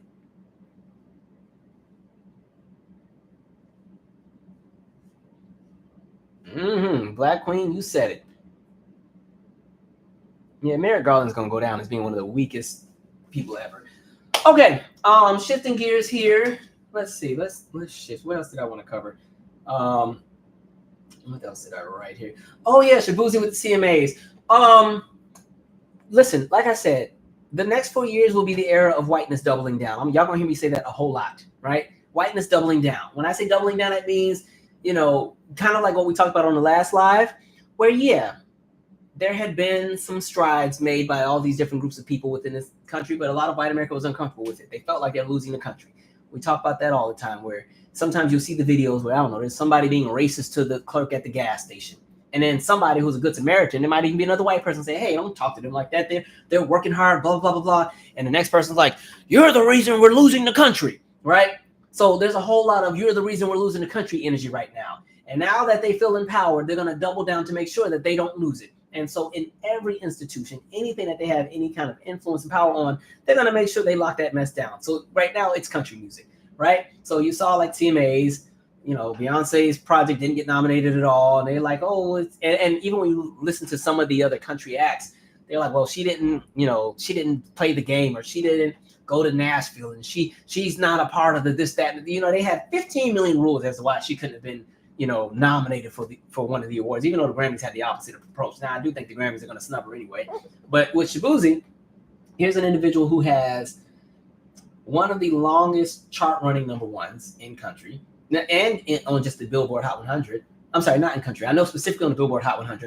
Let me look and see what he did on the country charts. I didn't even look that up. Let's see. Because y'all know I don't like just being on here saying anything. Let's see how he did on the country charts real quick. I just want to make sure I'm not out here making up stuff, because I like to U.S. country. Current album peaked at number 2 on the country charts. As far as the singles, okay, so that single did also peak at number 1 on the country charts. Okay, cool. So yeah, I think he's at 18 weeks at number 1 right now. But anyway, long story short, I think he had 11 nominations, or I forgot how many, but he lost all of them at the CMAs, right? And there were a few comments made by some of the other acts out there that kind of mocked him,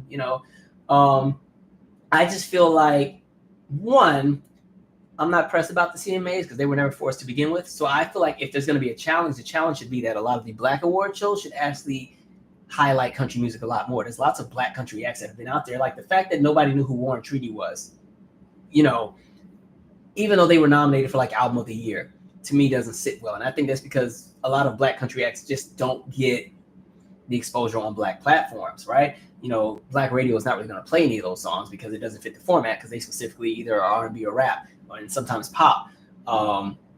But the award shows, I feel like BET Awards, Soul Train Awards, all these other award shows, y'all are gonna have to embrace country because like the country outlets are not gonna. They want that in the same way they're never giving up hockey. They are not giving up country. So I look at it as anthem awards. Who cares? Like because at the end of the day, those CMAs were also some of the lowest rated that they ever had. And what's so funny to me is one of their highest rated showings was the year Beyonce was on there with the Dixie Chicks and pissing everybody off. So we always get ours anyway. So let them do what they do, but understand that if more black acts start going country, and I hope they do. I really hope they do. We want to talk about shaking the table, right?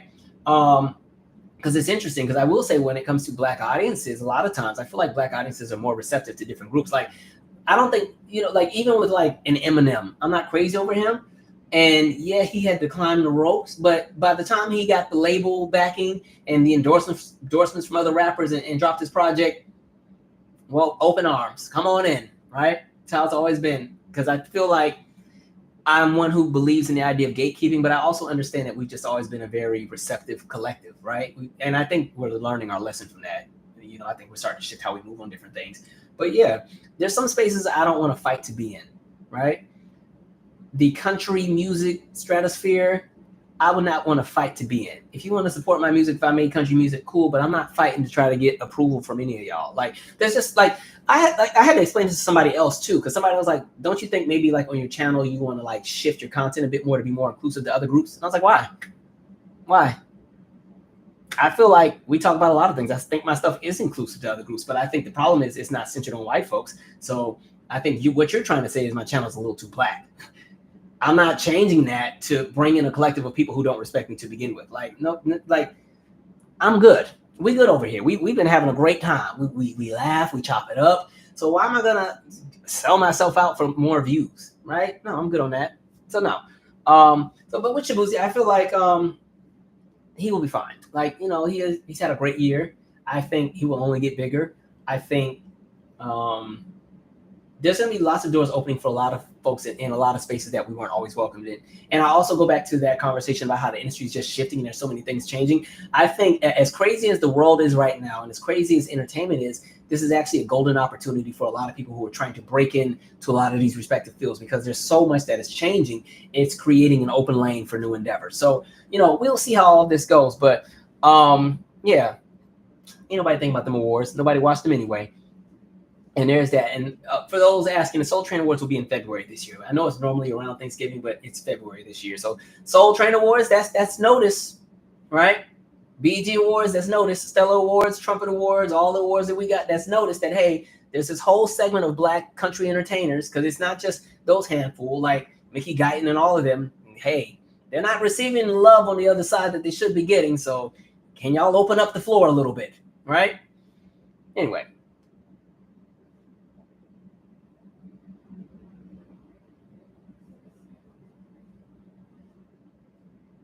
Open the floor. McKee Clark said, the country is as strong as the weakest in our society. I like that.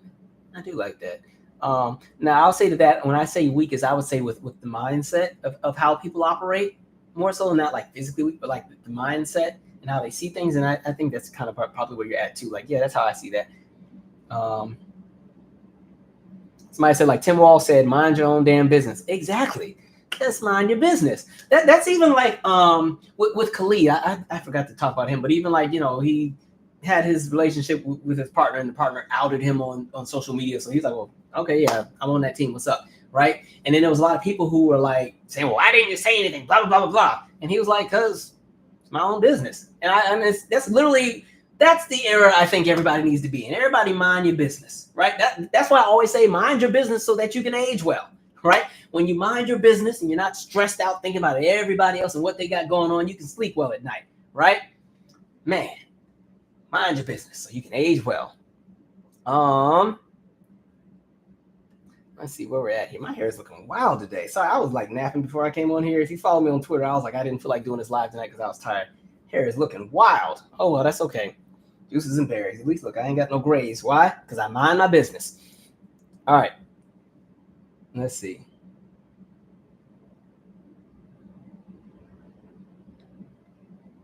Sasha, he said the worship of Eli started with tech fanboys, and then it became the status quo to have a Tesla. For example, I'm in Texas. In Indian communities, you made it when you upgraded to Tesla. It's a flex. I will say, yeah, there was this weird, like the whole tech bros era we're in is even with architecture, right? The whole minimalist, let's make it, I don't know, it's just weird to me. It's going back to again that idea of like seeing yourself as a standard, but then when you also add in like the idea of being super wealthy, you also get that ego, right? And the narcissism. So thinking back to even the submersive, right? You take it amongst yourself to say, I'm going to go down and I want to visit the Titanic wreckage site. So I'm going to go down 12,500 feet into the ocean, and I'm going to create this submersive that we can get in and go down. And because I'm so into myself, and I think that I'm the greatest when it comes to innovation, I'm going to set it up where I'm going to control this device that will have my hands in its life with just a PlayStation controller that only has like 8 buttons, right? We're going to go 12,500 feet into the water, right? And when you're thinking about just going into the ocean, like there's all these things you need to think about. You have to think about water pressure and how you have to pressurize the cabin of this submersive. Otherwise, right? There's all these different things that could possibly go wrong. But no, because I'm just such a tech bro. I mean, I literally can just go down 13,000 feet in the ocean with a game controller. And the question becomes, why? I understand wanting to see the Titanic wreckage, but why does it have to be on a PlayStation controller? Like, is that the thing you want to brag about? Like, there's weird things. So even with the whole Tesla thing with Elon, it's like, oh, well, I'm going to create my own road system, these tunnels that only Teslas can go in. Now, unfortunately, we didn't put soft shoulders on them. So whenever there's an accident, everybody just got to be stuck. It takes forever to clear an accident in one of those tunnels. But this weird obsession with where the standards of how society is going to be. So we're going to intrude upon everybody's experiences and livelihood and try to change the trajectory of how they live their lives with everything and implement the ideas that we think everybody should be abiding by. Not because we know anything, but because we're rich. And this is what we want. And all of you will follow suit. That's wild to me. Wild. Right? That's like the blogger guy that was talking about nobody should retire. I mean, if you're able-bodied, like, why should you be retiring? That makes no sense to me. It's like, what is wrong with you people? Y'all, God, I don't know what was in the cereal. I think it had to be the cereal. It had to be, because my God, goodness.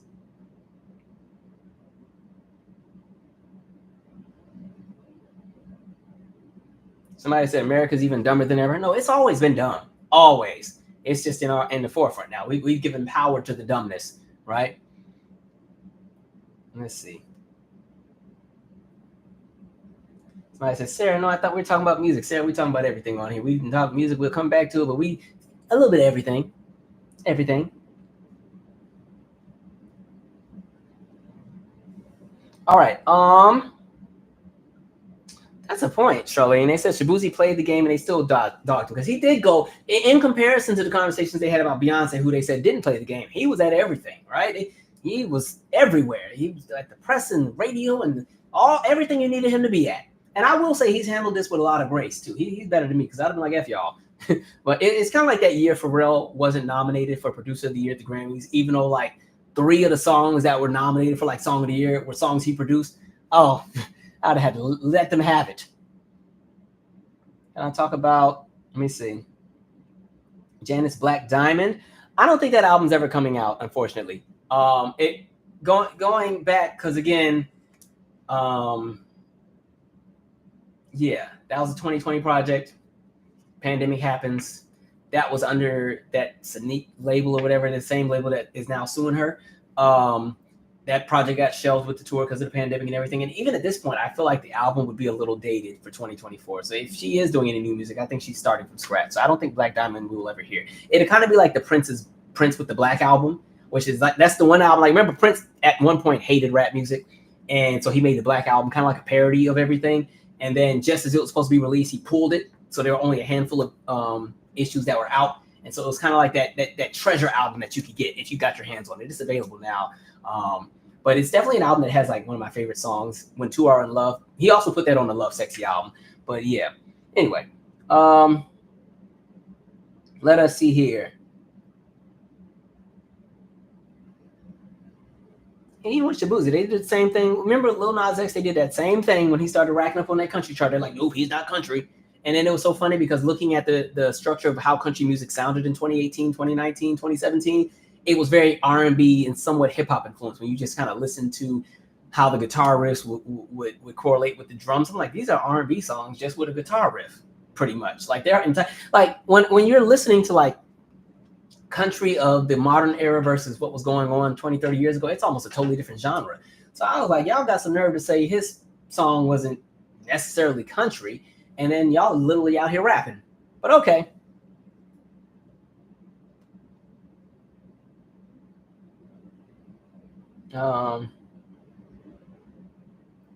I said, no, Calvin, let them get lost. Listen, I wasn't about to change how I do my channel. Absolutely not. There's a reason I'm still here, okay? Not to be rude or not, but there's a lot of folks who try to be all inclusive to everybody and everything and run themselves crazy trying to keep everybody happy. I'm here for me and mine. And if you can get down with it, welcome to the party. But I'm not about to sell myself out for a few views and likes. This is just YouTube, right? There's a conversation about integrity. So no, there's certain things I'm not jumping behind or getting into. Somebody had said a comment one time, and they're like, well, the reason I don't like, I think they said something about they didn't like my channel because, I don't know, man, I think they watch Fresh and Fit or some other stuff. I was like, well, go on and watch them then. Enjoy. Okay. I don't know what you want me to do here. I don't know what you want me to say to that, but thank you. All right. Anyway, like I said, I feel sad. I'm so young. I didn't hear Janet's music in her prime. Y'all millennials are so lucky. Well, even for a lot of millennials, well, like for my age, she was already, by the time I started paying attention to her, it was already like the Velvet Rope era. So I kind of missed the big three. I was around to remember Janet and some of Rhythm Nation, but I didn't really get into her until like the Velvet Rope era. So yeah, it's a good time. Okay, I want to make sure. TD Jakes. I did see that clip. That was a little weird. There's a clip going around. I guess he had some kind of medical emergency while he was doing his sermon, and you know his services are streamed live. Yeah, I mean, best wishes. I didn't have a whole lot of an opinion. Some folks are like, they started tying stuff with Diddy, and Diddy put out a hit. I was like, relax, people. Everything is not a conspiracy. Everything ain't a conspiracy. Okay, chill. I just think he had a health complication, and he just so happened to have it in front of people. There's always been different moments where a preacher has gone in front of the congregation, and I'm not gonna say, well, some have dropped dead, but things happen, right? So we'll kind of see what happens. But it was a little awkward to watch. I'm sure that's somewhat scary. You're at a venue and then somebody has some kind of medical emergency. It's kind of like when you go to a concert or something and the artist falls off the stage, everybody's terrified. Or like, remember the Pink tour when Pink was on the Funhouse tour, and you know at the end of the tour, you know, because Pink loves to fly. Pink be in the air for the whole show. Right, your neck be hurting watching her concerts because you don't ever get to look at the stage. You just watch it. Oh, there she go. You be up here for 2 hours, right? And so she was doing the closer, and she was setting up. Oh, she actually come back down because you know they're gonna redo the next harness for the next show to shoot her back up. And she was doing the So What song, right? But they didn't have her secured properly. And just as they're getting ready to shoot her up there, she's like, no. But they shot her anyway, and then she didn't make it to the air because she crashed, and people thought she was dead for a quick second. So she was fine, but she got like, hey, you guys, thank you for coming out tonight. We just got to make sure that I haven't cracked my ribs. So like, things happen. But hopefully everything is well. That is scary, especially if it's your family member type of thing. You get nervous, right? That can be a little scary. It reminds me of even when I was working with the kids. Like I said, I had one kid that had epilepsy, and Lord, when they would have a seizure, it would just kind of shake up the whole center. And it got to the point where I would be paranoid when they came in because I'm just like, please, not today. Please just let it be a normal day. Let nothing trigger a seizure, because somebody having a seizure in a center with a bunch of kids is chaotic. Because one, you're trying to make sure that the person who's having a seizure is not injuring themselves. Like, because in our computer lab, if they were in there, the floor is hard tile, right? So you're trying to make sure they're not hitting their head on that hard floor, right? And if they are on the floor, you got to run and get a pillow to put under their head so they're not banging their head on the floor. You got to clear the room out because all the kids want to see and gather around, and that just makes it more chaotic. All of your team and your staff, you're trying to break. All right, I need us to be on it. I know this is a little scary, but we got to be here because the rule is we cannot panic in front of the kids. Because if we panic, they panic, right? You got to call the ambulance and all that. And then the ambulance comes, the whole neighborhood gets to come and be nosy and see what's happening. And you're still trying to have a normal day. And somehow you're expecting your first graders to still want to do their addition problems. Like it's a wild time, right? So, man. Okay, let's see here. Somebody said you can't please everyone. You certainly can't. And honestly, life gets better when you stop trying to please everyone. Like, I think when you really just do you, like that was one of the lyrics in one of my songs. What was it? Fabrications will unfold, so you might as well do you. Like, you just do you.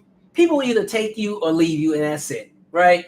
Trying to always extend yourself into spaces that are not really you, it's chaos. You like, what's the point? So yeah, if you ain't for everybody, you're not for everybody, and so be it.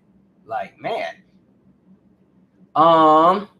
Let's see. I want to make sure I got all of my main topics before I shift, because I think there's a few other things I wrote down on here. So let me just double check. Oh man, what did we say, Calvin? Raw Peace, Kendrick, Titty Jerks. Oh, I forgot about this heifer. Susan Smith. Who remembers Susan Smith? Right? So way back when, which is very interesting because this is the time before social media. And this is when I think we still had somewhat more of a collective experience as a country, right? There wasn't as much independent media. So all of us got our news sources from pretty much the mainstream networks. But there was a woman, Susan Smith, who captured the world by storm because her children had been kidnapped. Her 2 children in the car had been kidnapped by this black man, right? This is the 90s. And this is the era of unsolved mysteries on TV every weekend, and America's Most Wanted on TV every weekend, and cops on TV every weekend, and all of these different narratives about just how dangerous we could be, right? And so all of America is like, oh my God, right? Massive search for these 2 children who've been kidnapped by this black man, right? And so there's search parties and breaking news and 24-hour news cycles and balloon send-offs and prayer vigils and search parties, and folks are getting pulled over and detained and getting their cars searched, making sure there's not these 2 white kids in the back, 2 white toddlers and everything. And then you find out that Susan actually did it herself. Susan put her kids in the car and drove the car into the water and let the kids drown. And then, mind you, her poor husband had no idea, right? And everything else like that. But like, yeah, created this whole national panic. Then it turns out she killed her own kids, right? Blamed it on, we always get blamed every time, right? It goes back to what I said with the Bethany Storrow lady who, again, threw the acid on her own face because, she got dumped by the boyfriend. She wanted some sympathy and wanted a reason for him to kind of come back into her life. So she threw acid on her face, said a black woman did it. In Vancouver, Washington, of all places, a place that got like 6 black people, right? And then it turned out she did it to herself, right? So anyway, Susan Smith has been in jail for like the last 30 years, and she was up for parole. And so she went and had this tearful plea, and she tried her best to use those tears. Thank God the judge had some common sense and was like, nah. Because when you think about it, the idea of drowning your own 2 children, right? And then not only do you drown your children, you lead the country into this national panic and search party. In addition to, it's evident why you chose the kind of person you chose to be the perpetrator and the kidnapper for obvious reasons. You do all of that, right? And then you think just because you sat in the cell for some time that you cry a little bit, that all of a sudden you should be released back into society with the rest of us. We're good over here. Stay on in there. Enjoy. Next time, don't kill your own children. Kind of crazy to me. And then you blame it on us. Next in line, please. All right, let's see here. Bonita Gardner said, I got the Black Album. I think it sucks. I'll be honest, I don't like it either. Like I said, my favorite song on it was When Two Are in Love. And I think that's why Prince just yanked the album, because it really wasn't his best, right? But I feel like he had some rebounds, because shortly after, Love Sexy was cool too, but shortly after you get Batman soundtrack in Diamonds and Pearls. So I'll take that. Let's see.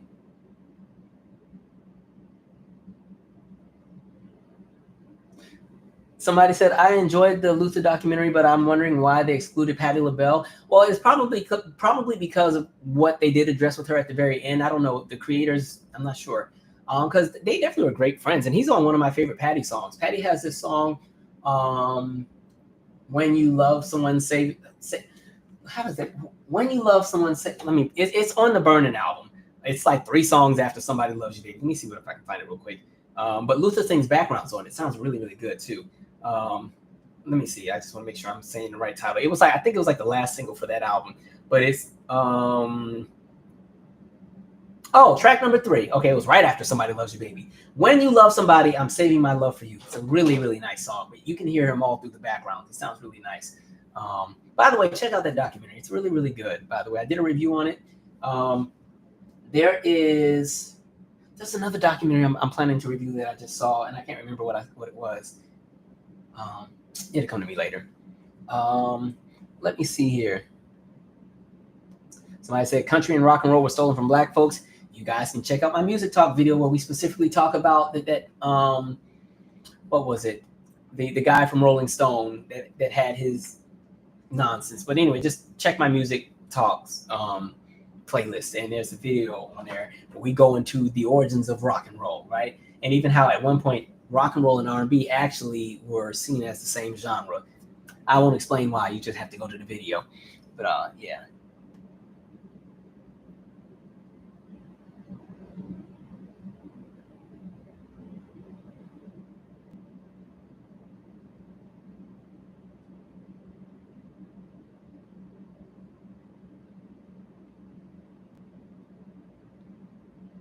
Let's see.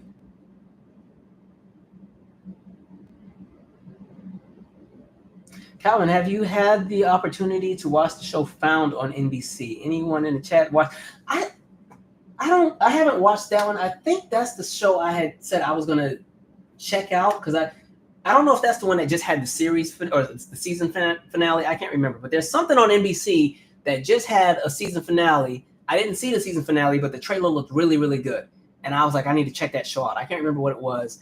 It'll come to me later. I don't get to watch as much TV as I would like to, just because my plate is always freaking full. I am trying so hard to make life a little less occupied, but I feel like as opportunities come in, at the end of the day, okay, this is what you prayed for, so make it happen. So yeah, that's where I'm at with that. Let's see.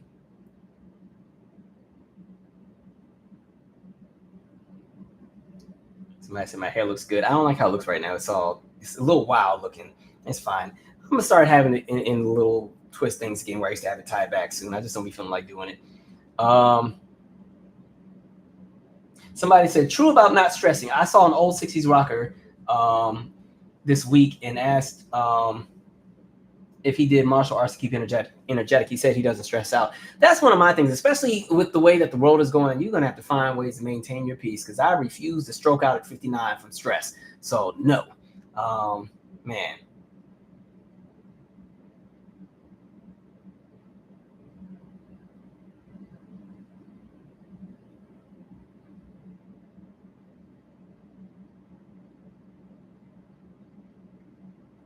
Oh, it was an Xbox controller or whatever, whichever controller it was. I just remember it was a game controller. I'm like, that's what. Can you imagine? We're back on the submersive conversation. Imagine somebody inviting you, like, hey, man, we're going to go in the ocean. We're going to go under water. You want to come? And you're like, well, I was going to say no, but okay, sure. And then imagine you get in there. You done strapped in. You already don't have a window, right? The window is a computer screen that displays what an outside camera is showing you. And then you get in there and strap up. And then they pull out a controller, and you're like, "What's that?" And this is gonna control what we do. Let me out, like, let me out. We are not doing this. Good luck, because ain't no way, man. Absolutely not.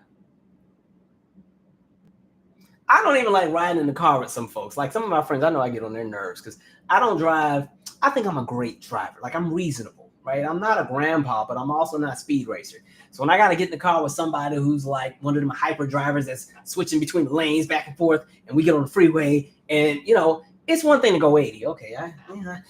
80 ain't too wild as long as you ain't tailgating the car in front of you and you're not switching lanes every 2 seconds and it's a little bit open. Okay, I can do that. But they started hitting the 90s and 95. Well, hey, I would like to live long, please. Thank you. You do all that when I get out. Okay, do that when I'm not in the car. Like, man.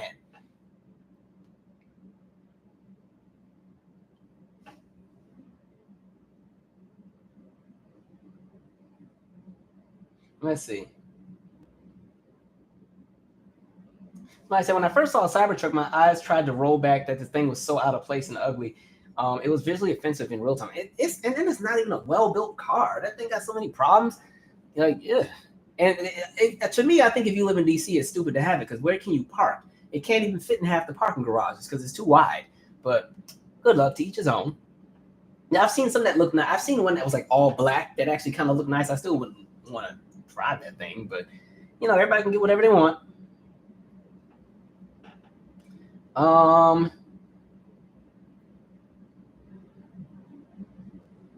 Somebody says as long as Randy is her manager, it seems like there's no new music. I don't know what I know. She has the residency next month, but I don't know what's happening with music. But I feel she's giving me more than enough. I'd be content if she never made any more music. I'd be fine. I feel like she's given more than enough to entertainment, and so I would just like to see her enjoy life and do things as she pleases instead of trying to keep up with the industry. But if she gives more music, great. But that's that. Because I feel like I feel bad sometimes when I see entertainers that are like in their 70s and 80s and they're still performing not because they love it, but because they have to pay bills. Like that to me is sad to see.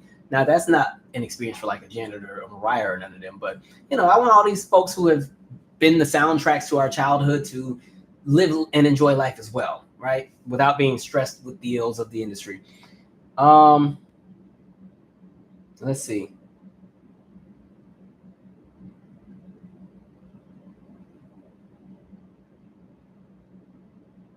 Somebody said exactly. Why come over here in our little woke bubble? LOL. That's I don't know. That's also remember when I was saying like some people are weird even with like their politics because it's their identity. The fact that there's people who like literally sit on the internet and camp out with people that they don't like, so they can like troll them all day. I don't have that kind of energy. Like if there's people that I don't care for, that's it. I'm not going to watch all your content and then argue with you all day. So even when I had that random tweet that went viral, there was all these folks that were trying to respond, but I wasn't about to argue with nobody. So they got mad that I didn't respond. So then they would like show up under my other tweets that were unrelated to try to like size me up. Like I'm good here. It's not going to happen. I said what I said and I'm not taking it back at all because I meant every word. Every word. All right. Somebody said, let's stop giving predators cute names, y'all. I don't know who that's about, but I agree. Let's see.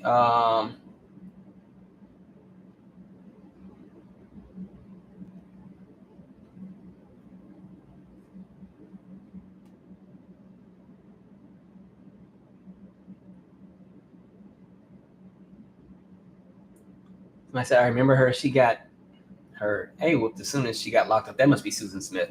Yeah, Susan Smith. That's a wild time.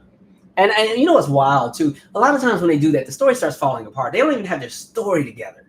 I feel like sometimes some of those actions, even though they're very intentional, the thought process is impulsive and in the moment. And then when they realize they messed up, they try to cover for themselves, but they're so sloppy with it. They don't even have a good story or a good alibi. It's just all over the place, and nothing makes any sense. It's like Casey Anthony with daughter Kaylee, and the daughter's been missing for weeks. And what did she say? The nanny, Zanita Gonzalez, kidnapped the kid. I'm like, why do you always think people want to kidnap children? Nobody wants these bad kids. Like, man. But yeah, she blamed it on this nanny that didn't exist. I said, so I was like, wait a minute. So you work at Disneyland, but you can afford a nanny.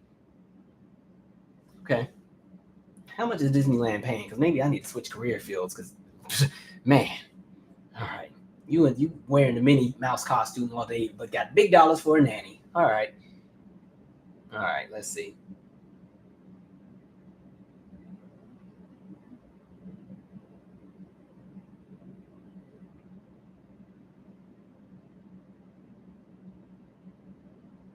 Um,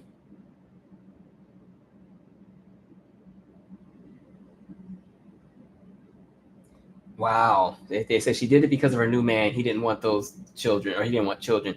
See, people do some stupid things for relationships, which is wild to me. Like, do better, folks. Do better. Do better.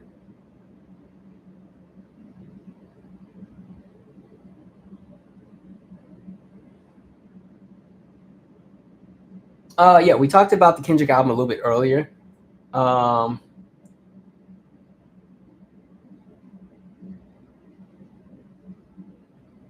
oh, I did see that story. And then you went to hear the story with Randy Jackson and Tina Turner, just how she shot him. Boy, people have lived, right? Some of these celebrities have had some lives there, right? What else do I want to cover here? Shifting gears really quick. Botham Jean. So the family, like we said, has been awarded $98 million. Now, if you remember with this story, Amber Geiger was a police officer who was going into what she thought was her apartment based on her testimony. She went into the wrong apartment. Botham Jean was at home watching TV, eating ice cream, and she shot and killed him, right? Goes to trial. She's sentenced to 10 years, which I didn't think was enough, especially even with her being so apologetic. She definitely filed for appeal right away. But yeah, the family has been awarded $98 million. Now, I can I tell you what I think is about to happen? I feel like there's going to be a court junction where that money is there's going to be a stay on that money, right? The state is going to step in. Somebody will I feel like the family won't see all of that, unfortunately. But we'll see. It's just, we've seen patterns before, right? Where the money is in limbo for years and years and years. And by the time you fight with all the lawyers and everything, you get a fraction of what you initially were supposed to get. I can see that happening.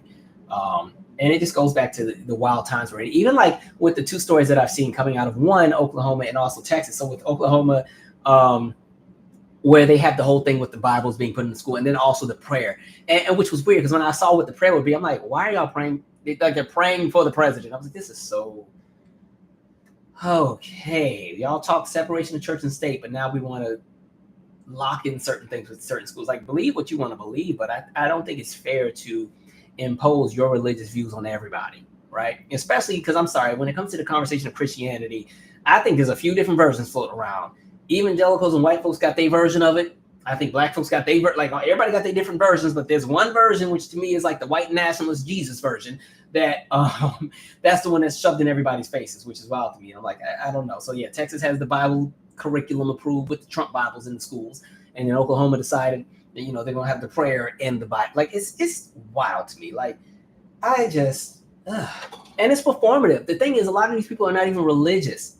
They just like to do that because they recognize there is a pocket of the population that is, and that will always vote in the interest of those who they feel match their morals and everything. Like there's some people who, you know, they'll never vote for certain candidates because that candidate is pro-choice. That candidate can have everything else on the plate that they want. Like if there's 99 things on their wish list, but one of those things on and they meet all 99, but they also have like the pro-choice, they will throw everything in the trash because of that pro-choice. But there's some people that move in that way.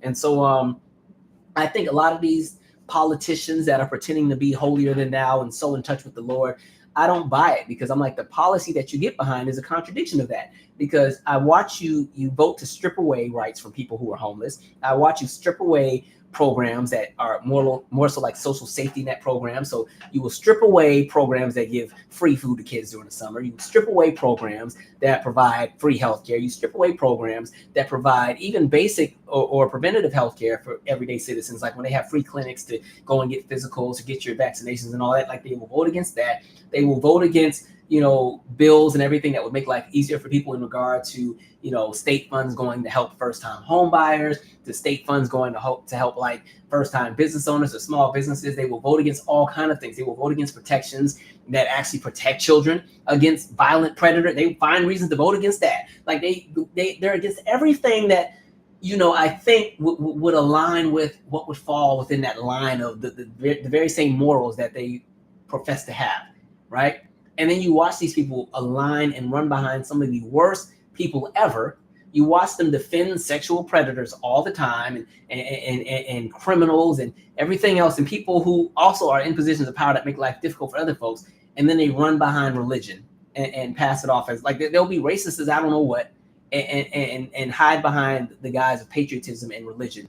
as a justification for why they do what they do. And that's wild to me. I'm just like, cut the crap. So yeah, these people who are all of a sudden pretending to be so into the Lord, and we must protect the children and make sure that they're praying and that they're praying for the president. Like, get out of here. Y'all don't even want to protect the kids from getting shot at, right? So I don't want to hear it. Even when the pandemic first started and when we didn't know what we could do, right? When we didn't know if COVID was even a respiratory thing or if it was a surface level kind of thing. And some of them folks were fighting to already have the schools open. This is before we even found ways to make sure people weren't dying, right? We really didn't know what was happening. It's 2 weeks in. They opened the schools, right? Oh, okay. Like you heard people literally say, well, we need to open up the economy. And folks like, well, what about the senior citizens? And well, I know a lot of senior citizens that are willing to die for this country to prosper. Not my grandfather. And y'all trying to kill my people off. You going out there and die then. Like, wild. Like, I'm over it. I'm over the performative fake Christianity stuff. None of these people are Christians. Like, hell, if Christianity exists in a realm that it's being presented, I hope heaven is segregated, because I'm not trying to spend eternity with a lot of these folks. Absolutely not. That sounds like my hell. So, no. Anyway.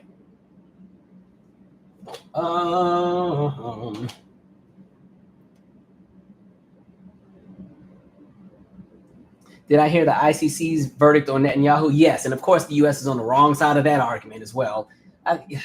Stupid. Netanyahu, like I said, he's just the Israeli version of Trump. He's just as cuckoo. Like, he's been running Israel with a vengeance, right? I told you, he lost his election in '96, and he was like, I'm gonna show y'all. He got back into office, and that's how he's been moving ever since. Any progress that was made when you're talking like conversations between the Palestinians and the Israelis, especially in the era of like Yasser Arafat, all that's out the window. He gutted all that. That's done, right? And next move, watch. West Bank is up next on deck. So I hope, God willing, they are in a position to be prepared, because that's the next segment that's about to get snatched up, right? Yeah, U.S. is on. And then stupid Lindsey Graham talking about we will sanction countries that try to arrest him. I'm like, Lindsey, shut up, right? I still don't know what Orange Man has on you, but Lindsey is one. And they'll put him right back in office.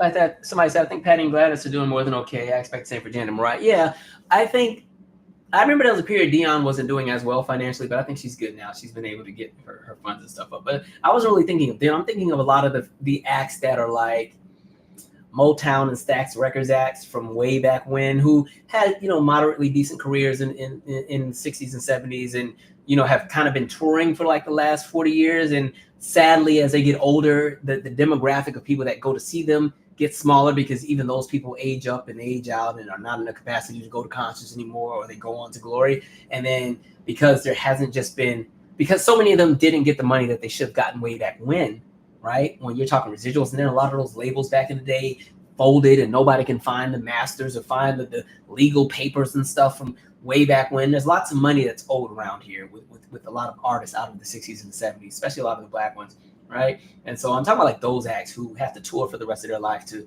still, have somewhat of a decent living, that kind of thing. But yeah.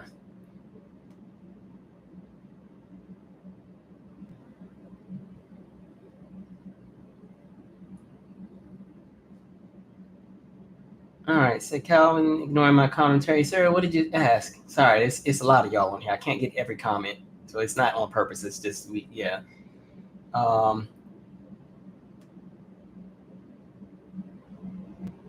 Let's see.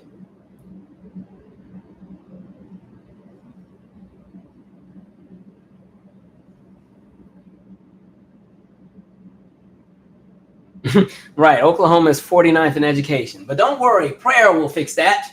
Just pray harder. They'll take some time out of the actual time to learn to pray. All right.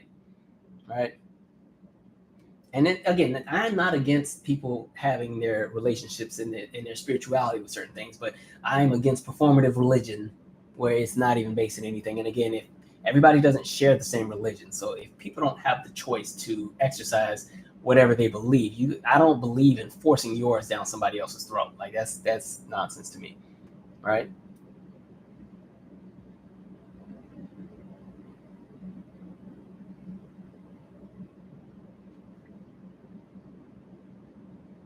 All right, yes, you're correct, Regina Hardin. I think a judge in Oklahoma blocked him from requiring teachers to show that video where they pray for Trump. Yeah, I saw that got blocked, fortunately. But the fact that that's even on the docket is wild to me. That's how crazy it's gotten around here, right? Like, my goodness. And I've said before, like, politicians are here to serve. We're not supposed to worship them. We're not supposed to be their fans. We're not supposed to get their names tattooed on us. And wild to me. I have politicians that I've liked or that I was excited about when I was younger, but even the politicians I vote for them because, hey, they got things that I like, but it kind of stops there. If they do something I don't like, you're gonna hear about it. But some folks have, it's like a cult religion, and I say it going back to Orange Man because I think he represents, to me, he represents what a lot of people within that specific collective see themselves as, and so there's a different kind of attachment to him, which is very weird to me. It's unhealthy.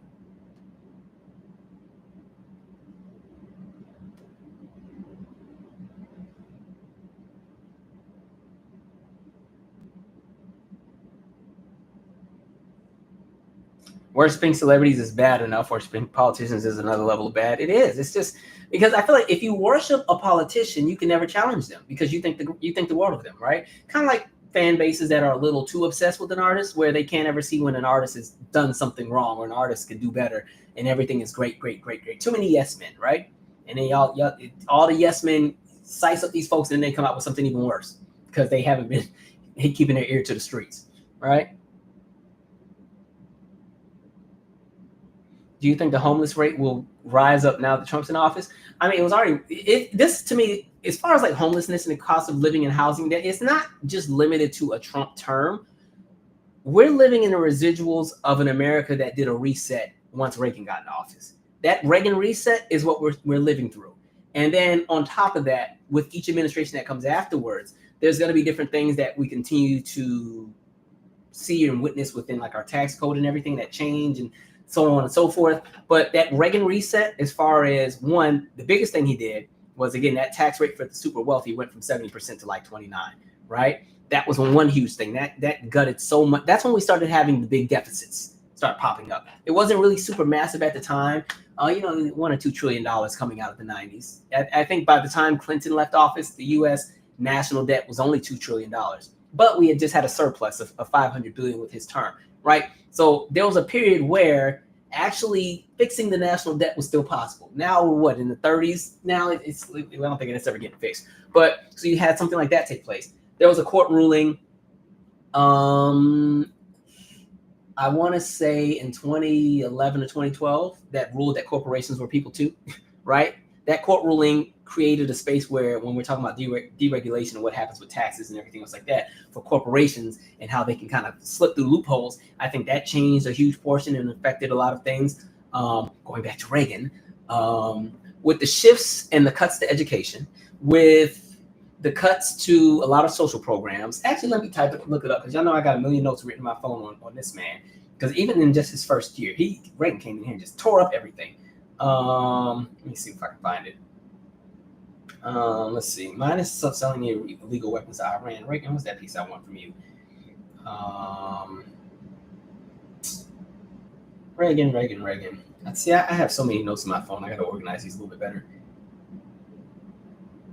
Dang, it's gonna come to me later. But long story short, I know for sure in his first year there were 80 programs he cut or cut the funding with, right? And these were all programs that actually helped the people, right? And so we got into a space where that became normalized, and we got into a space where big banks carry more influence in our politics. By him putting Donald Reagan over the U.S. Treasury and how the funding would go. Mind you, he was from one of the big giant banks as well. Like, we just watched the power dynamic shift from the people to a handful of super wealthy folks. And then that pattern just continued throughout the next few administrations.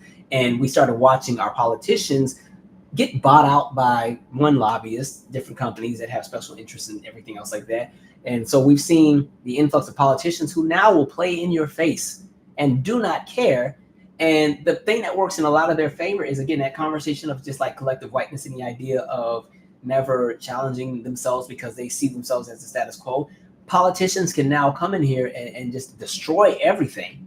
But because they represent a certain something that everybody thinks that they're privy to, they allow it to happen. There's no reason why Ted Cruz should have been reelected. But here we are, right? And so I think as far as homelessness, numbers probably will go up, but I think even before he got into office, it was a problem, right? That's been a problem since the 2000s. I mean, it's been a problem since forever, but you saw the rise in the 2000s, right? And I think that's because, again, the shift between the wealthy and the poor has just gotten wider and wider. I would say, as far as if we're talking economics, revisit the video I did. I think it's called like Whoopi, That's Not How It Works, or something like that. Revisit that video specifically because I literally go and break down exactly how the economy has shifted from, the Reagan era into the present. That video is, let me see, I'll give you the exact title. It is, oh yeah, Whoopi, You Tried It. That's Not How This Works. That video, it literally, because we're talking about cost of housing, right? And there's a segment in that video where I even talk about, like, I found my childhood house that my parents bought at the time in my hometown, Spanaway, Washington. And at the time they bought it, well, and actually they had it constructed. They bought it for like $87,000. And then it was on the market at the time, I want to say this is maybe last year. And mind you, this is a town that is not a city, right? Maybe 45, 50 minutes from Seattle. There's not really a lot in the town. A lot of the businesses have closed, so it's kind of just houses. But now that house it retails for like $432,000, which is actually still relatively low, but for that area, that's really, really high, especially now. But that whole area has skyrocketed. So we talk about like what's happened with housing. We've talked about the correlation between productivity and payout, and how in this current era, this is the most productive generation we've ever lived and experienced with as far as this current era. But the payout is not matching, right? So we talk about that. Talk about the high cost of childcare, the high cost of education, the high cost of just everything, and how inflation is going up in the rate that it is going up, 644% since 1971. So there's all these different things, or 79. So there's all these different things that correlate to why we have a lot of the problems we have. And I think if I've had a beef with a lot of folks politically right now, is that everybody loves to live in the now, and nobody ever goes back to the origins. I'm somebody who, like, one of the reasons why a lot of my videos are really long, especially like not the lives. Y'all know the lives, we're just on here talking and chatting it up all day. But a lot of my pre-made videos, like whether it's like the music docs or whatever, one of the reasons why they always tend to be so long is I like to really give a lot of context, like lots of context, lots of backstory, and link everything to how we get to where we are in order for stuff to make sense. But a lot of people live right in the moment, and they never go back far enough to understand, how did we even get to this? Like, you have to keep asking why?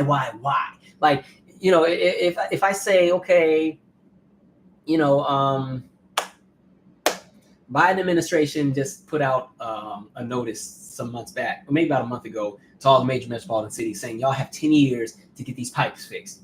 You should say why, right? You say why, and then the answer is because, okay, well, a lot of the pipes, millions, over 4 million pipes in this country, are corroded, have lead, all kind of different things. Then your question should be why? And then you can say, well, until 1987, lead pipes weren't even technically seen as dangerous or even outlawed. And then you say, well, why? Well, because when we go back to about the 1910s, they were seen as the standard of implementation, and they were cheaper. And then the question becomes, well, why? Well, why again? And then it jumps into the conversation of, well, there were additional options for different pipes, but those were the cheaper ones, and those could be faster. And the question becomes, well, why was that an issue? And it's like, well, because we also had a lot of deregulation between the 60s and the 80s on a lot of things. And so a lot of things were allowed. And it's like, well, why is that? Then you go back into the eras and you say, well, okay, these are the different reasons why. These are the different administrations. And a lot of times with some of the discrepancies that came into place when we're talking about public health or even infrastructure, then you have to talk about zoning laws. And it's like, well, why was that? And then you say, well, now we got to go back to redlining. We got to talk about how they did what in different neighborhoods. And so you could be here all day because everything leads back to something. But so many people only live right in the 2024, right? So that's why this election got on my nerves so much. When everybody kept talking about the economy, I was like, if we're going to have this economy conversation, then you have to connect all the dots. Because the economy wasn't the economy just because of the current administration. Like, that was nonsense to me. And it's interesting that people forgot we were in a global pandemic and that the whole entire world is still recovering. we're actually ahead of the game compared to other countries. Have you seen Germany's economy right now? But so be it. Everybody said the economy. So we're about to find out about this economy. We're going to really see how strong it is because we're in for it. Anyway, that's my TED Talk. Thank you for coming. Let's see.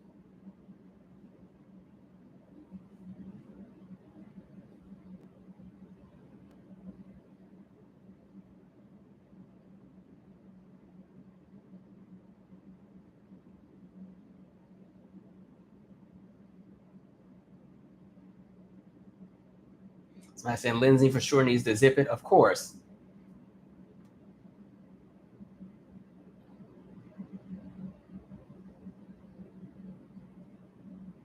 Oh, Regina Harlan. Actually, you got me beat. I don't even know what this is. I just got here, but did you talk about Tim Scott and the letter he sent to Biden?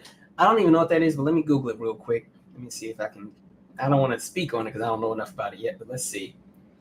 What did Tim Scott do? I know he ain't talking about nothing. Tim Scott letter.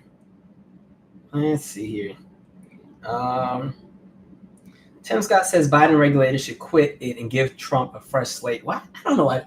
I don't even have bandwidth for this. I don't know why Trump does not need coddling. For all the mouth he got, they act like this man is. I'm gonna stop. Just Tim, you're not getting a cabinet position. Let it go. You're not getting one. Like Troy and Crooklyn, you're not getting any. Man. All right.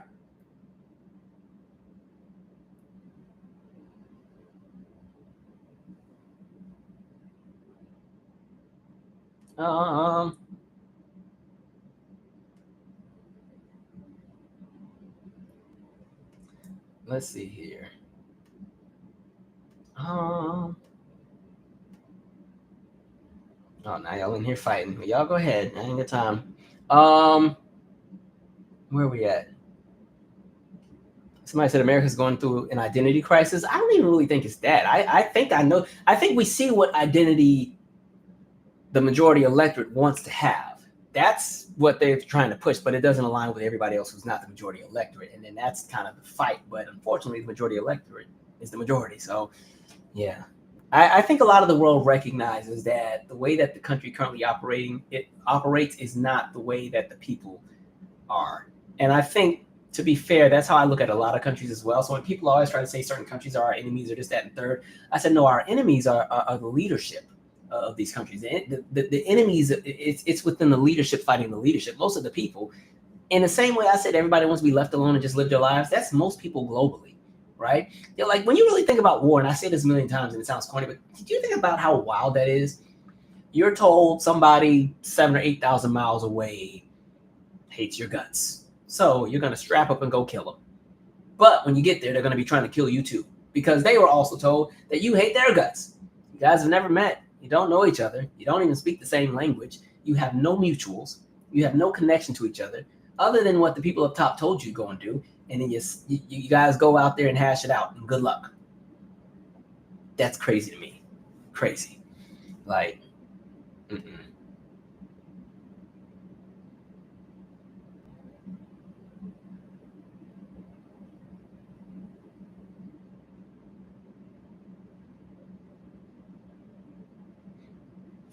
Federal minimum wage is still $7.25 an hour.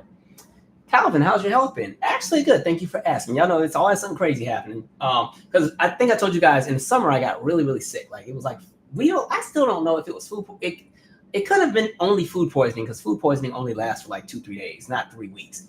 So we don't know if that was like gastritis or some other things. But long story short, while I was at one of the film festivals for my short film, I got sick on like the next to the last day that I was in LA. And then I couldn't eat for 3 weeks. Like literally, I couldn't even hold water down.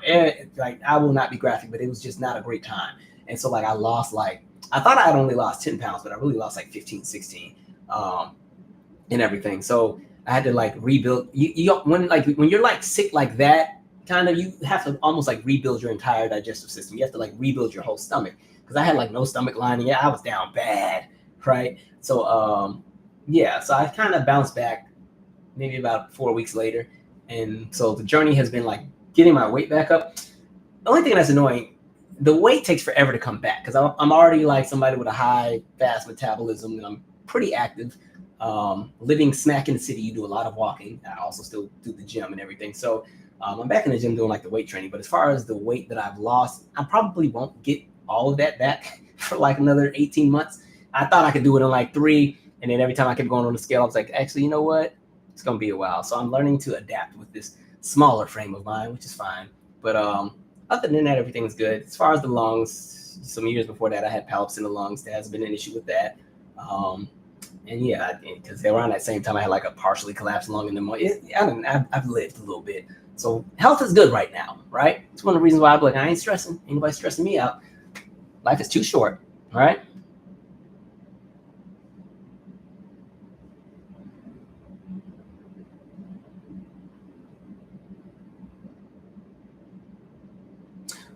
Somebody said, I saw a survey where Gen Z expects to make a lot of money, an absurd amount of money in comparison to previous generations. God help us when the next recession comes around. The thing is, like, generationally, I think you always see a cycle. I remember being in a sociology class my freshman year at Howard, and the professor had asked, like, how many of you all think you're going to be rich? And what was kind of funny was, like, all of us freshmen were like, yep. You know, my hand was high. Like, yeah, I'm about to be worth like $30 million in like 3 years, right? Some of those who were like seniors who were about to graduate and, you know, they kind of saw what the outlook was going to be. Some of them like, we'll see kind of thing. I think that's just in general. I think people should have like that aspiration, but I think I don't know the way that things are going. It's a wild time to me with a lot of things.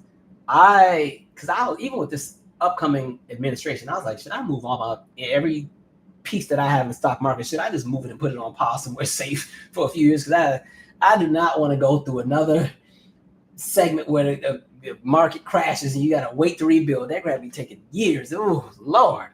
Oh, I don't want to go through that again. So hopefully the economy is stable, but I don't know. I think there's too many wild things happening here. Let's see.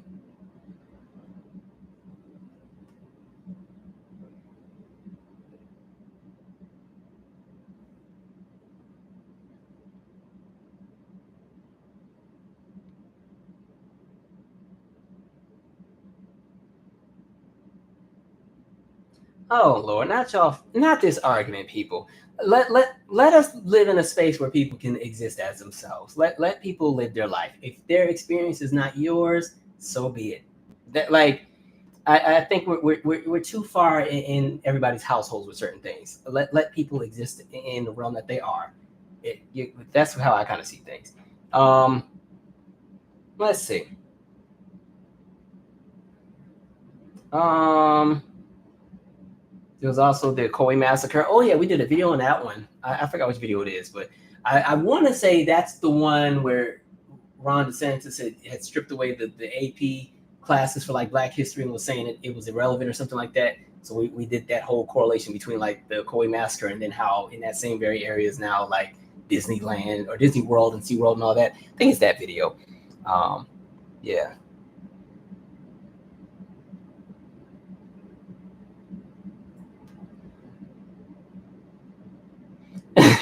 So I said, why did you have Calvin Google that and get his blood pressure up? I knew it was going to be something stupid with Tim. As soon as I saw Tim Scott's name, I'm like, I know it's going to be some foolishness. He said, give the man a fresh slate. Look, somebody with 90 different charges against him or 91, fresh slate, right? Okay. Meanwhile, you got random people who got one felony from 30 years ago and still struggling to land a decent job because the system's like, nope, you had a felony from something way back when. But this guy, fresh slate all the way to the White House. And then he brings in some more fresh slate folks. It was like, what a time. Calvin, why do Republicans always give the HUD position to black folks? Because that's that black job Trump was talking about. Those black jobs. I said, yep, HUD, put it over that. They just assume we the only ones that depend on HUD. It's imaging, right? The narrative, everybody assumes that all crack users were black when in reality 2/3 were white, right? We talk about food stamps and welfare and everything. The presumption is that it's only black folks when there's more white folks in all of these programs, but make us the face of it, right? Because again, we don't work hard enough.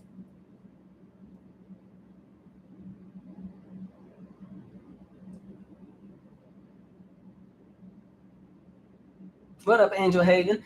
Somebody said I had a bad case of gastritis in 2009. It was terrible. Lots of weight in a short period of time. That's what scared me. Like, I didn't even know I had lost that much weight until when I finally went back to work. And when I was putting on my work clothes, I'm like, because, when you see yourself in the mirror every day, you can't really tell that you're losing weight rapidly until your face starts to get a little gaunt. And I definitely had a much fuller face, but my face never got to the gaunt status. You just saw my cheekbones were a lot more protruded.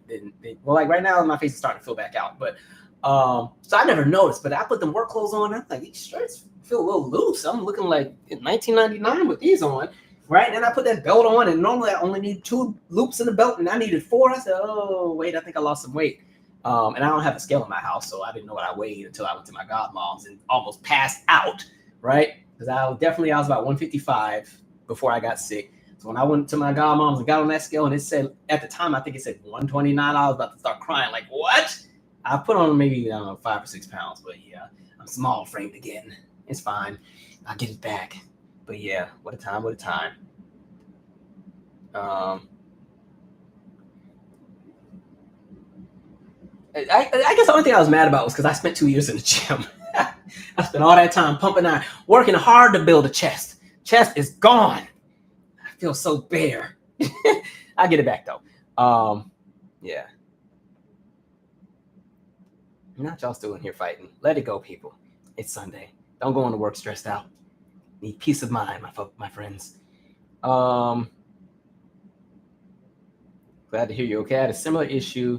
Then went 10 pounds over my normal weight, 145.10. Now I lose weight in the winter trying to keep it on. Man, yeah, so no fun. Like I said, I made a painting for Janet, and I'm trying to give it to her at the residency next month. Will I be successful? Well, when I was at TRL, when she was premiering Made for Now, this girl had painted like a velvet rope thing and gave it to her. So you might be. I feel like with Vegas, since it's not an arena, it's a smaller venue, you might have a shot. But I feel like you'd have better luck if you would have bought like a meet and greet ticket. I don't know if they're selling them or not, but that's probably your best bet with a lot of celebrities. She's a little bit more protected. It's harder to get access to people like her versus other folks just because she has a bigger entourage around her. So I don't know how that all works. What up, Avocado Queen? Look, and you better be at this party because you was the main one asking for it. But I'm just kidding.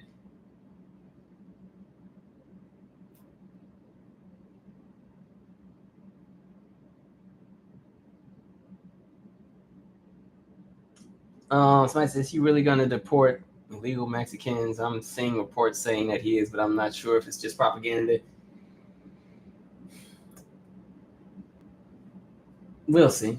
Because at the same time, when I kept telling everybody Project 2025, and folks were like, he said he don't know nothing about that. And the very person he just put over the finance and budget office or whatever is the orchestrator of the whole Project 2025. They said he never said anything about it. He doesn't know about that. I said, now he done lied about everything else, and now y'all want to take his word for it. We'll see. They're gonna have a problem there. Let's see. And it's to me, y'all folks are gonna learn. I think when you run a campaign on, again, that idea of othering different populations or painting everybody to be the enemy, and you don't really run on actual policy, like if you think about it, like I said, there's nothing that was offered.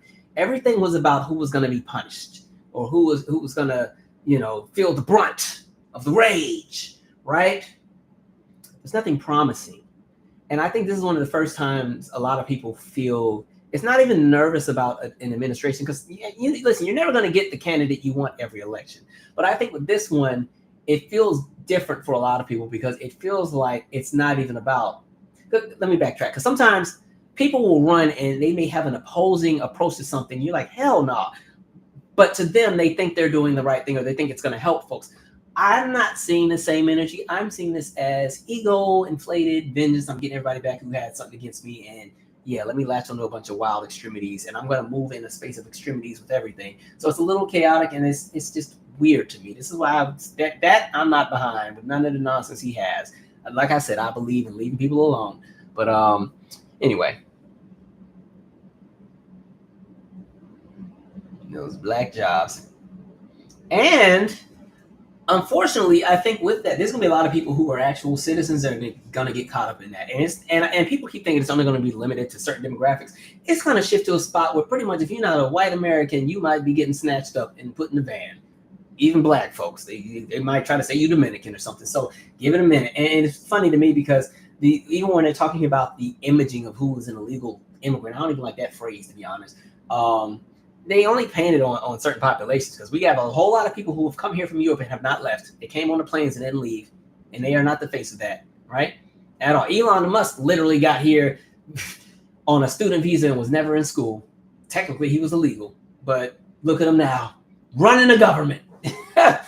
Man, that's wild. Somebody said it feels different because it is different. This is the dying gasp of a dying paradigm, and they're fighting for their survival. Somebody said 45 is like a child. Hold on, it's going to be a bumpy ride. I'm not going to say what I really want to say because I don't want to get demonetized. But I've had a thought in my head for the last year, I'll say, and I just be like, Lord, let it happen, please. All right. Yeah. Oh no, sir, I'm not saying that. Nope. But in the event that it happens, I'll be here to talk about it. I'm not saying that on here, like especially now, because one of the things too, they want to start censoring media, even though they talk about censorship. They're the main ones. Like we're going to start punishing journalists and all. I don't see myself as a journalist, by the way, but with YouTube, because this is a platform that does share information, I will not be one of the ones. I ain't crazy. Yeah, that's funny. All right, we got a few more minutes on here. I want to make sure I've kind of covered everything. We're just chopping it up in the chat at this point. Yep, I've covered all the things I really wanted to cover. Actually, nope. I've learned to stop telling y'all everything we're doing, so I'm not even gonna share that either. But yeah, I am taking 2 weeks off of work, so it will give me a little bit of free time to hopefully knock out some of the things I want to do for this channel. And yeah, there's some other things I have down the pipeline, so I'm excited. 2025 would be kind of cool for me creatively again. Like I said, my work is never done. Hopefully you all are having a great holiday season with your families for those who celebrate. I don't really do Thanksgiving. I mean, I get together with family when I can, but like I said, because like a lot of my family members have gone on to glory, and then my family's so spread out, it's hard for us to get together because we're everywhere. So I think I'm staying in DC for this holiday season. I mean, I was invited to New York. I don't know, we'll see. But so there's that. And then I haven't even got to Christmas yet, but yeah, I want to take some time off because I got a lot of vacation I haven't used yet. I'm one of those people who never use all their vacation. Like I'm that person that ends up losing the vacation when the year cycle starts over because I didn't take enough of it. I'm that person. So I have to literally like lock in and take time off. Right. So I'm going to try to do that, get a little bit of rest, knock out some things, like I said, for the channel. I definitely want to hit like a nice refresh on 2025. I think this has been a great year for the channel, but I will say it was a little stagnant just because I was so busy with doing the 2 albums and the movie at the same time. It's a lot, especially 2 albums that also don't sound the same. That's a challenge, right? So trying to balance that out and then still doing the mentoring thing with the kids and then still having a 9-to-5, somewhat of a social life, and then doing all these different things. I was like, man, my plate was full this year, like full, right? The only highlight I will say about when I got sick is that I had to just sit still and slow down, like literally just got to lay around for 3 weeks. I didn't even know, and it was weird. I didn't even know how to like receive it. Well, one, I felt terrible physically, but when you're somebody that's always like working on things, it's hard to like sit still and like enjoy it. It's hard for me to just watch TV because I feel like I'm supposed to be doing something else. So yeah, I'm going to try my best to utilize that time off you get some like real rest, not rest like sleep, but like rest where it's like you have nothing that you need to get done. Just live for some days. I'm trying to get that. Let's see.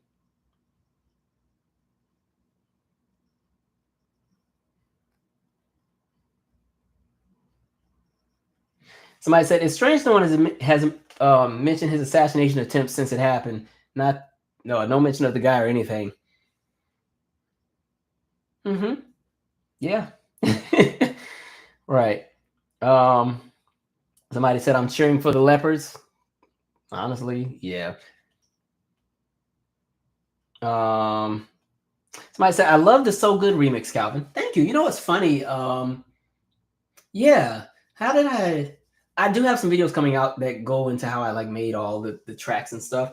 I forgot because I made So Good first. That's on the After Yesterday album. And my cousin Brandon was like, I'm confused. Like, because Before Tomorrow's technically album number 1 and After Yesterday's album number 2. Brandon was like, you got the remix on number 1, but the original's on the number 2. I was like, yeah, it is.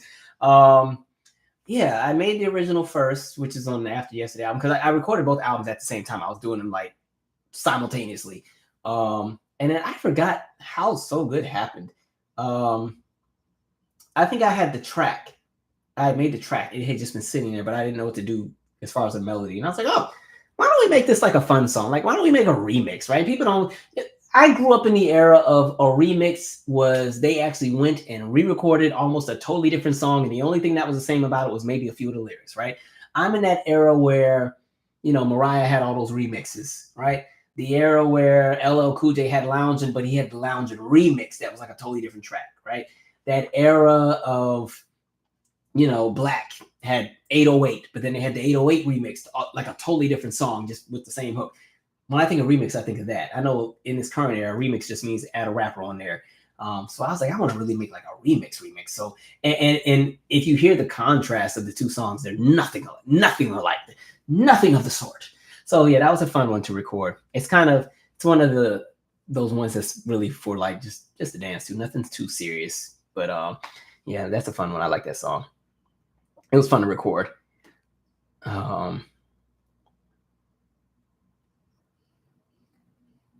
Black Queen said, trans fat and cholesterol. We are all rooting for you. Yes, we are. Thrive. May it thrive. Okay. Let's see. Somebody said, I use every minute of PTO, especially since I buy extra. Yeah. Now I will say, look, when I had transitioned out of the role with the kids, all of that unused vacation turned into a paycheck. I was like, whoa. Hey, nice little paycheck, right? Man.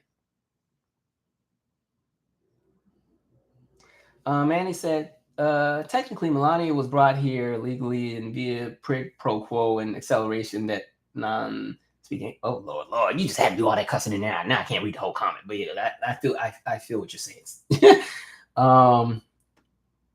Let's see. Somebody said, I'm cooking and I'm not thrilled about it. I told my family this is my last year cooking. They forced me into the matriarchal position. Oh, they done turned you into Big Mama. Since our matriarchs have passed on and I'm not here for it at all. I'm a really good cook, but I have not ever cooked like a full out Thanksgiving meal. I think one of the times when my friends flew in and then we did like our own dinner, but she did most of the cooking. I forgot what I made. She actually could cook. Like, I can cook, but I feel like I cook like a person that lives in the city. She can cook like those aunties that grew up in the South. I don't think that's my gift yet. So, yeah, yeah, she cooked everything. I don't even remember what I made by the time we got through everything. But yeah, I've never really done like the big cooking. I mean, I can though. Like, I know when I was still with the kids, we used to do big meals at the center sometimes, and me and Ava from the podcast would like cook up everything. I mean, they'd have a full spread, turkey, greens, all kind of stuff. So yeah. Somebody said, I don't celebrate holidays. However, I will be buying a Christmas tree just because I love Christmas decorations. Yeah, I'm not like anti-holiday or anything. I just don't really celebrate them anymore. Just they were so fun when I was little, but I think as I got older, they kind of, for me, are milestones for like sadder periods of time. So like Christmas for me, I loved when I was really, really little. Especially like Christmas at grandma's and all the families together and all the like I loved all that. But as I got older, especially like as my father had got like sick and was transitioning out, like Christmas 2014 we spent in the hospital in the ICU, and New Year's 2015 we spent in the ICU in the hospital. So there's like a permanent tarnishing on Christmas for me, and a few other things. So I still like the joy that it gives people. Like I love to give all like. My god kids and all will still get everything in the world from me. Like my goddaughter, literally, I think last Christmas got the exact same replica of the keyboard I have. I gave her the exact same one because I noticed every time she came over here, she was always playing on it. So I was like, all right, here's a whole keyboard, right? So she got a whole keyboard, right? So the kids and stuff will get everything. But I'm not the biggest holiday person, but I do like I love Christmas music. Y'all know I be playing my Christmas songs, the R&B ones, the ones that got some crankage to it. Everybody knows my favorite is Christmas in Jamaica, Tony Braxton and Shaggy remix. But yeah, let's see.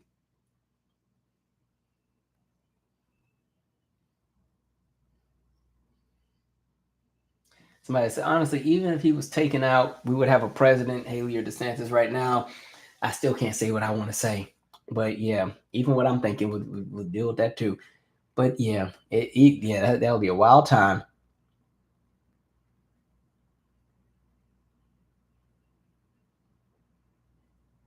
Um, Somebody said people don't know how to sample anymore. Is this about music? Oh yeah, y'all know that's my favorite conversation. I have no problem cooking folks with sampling.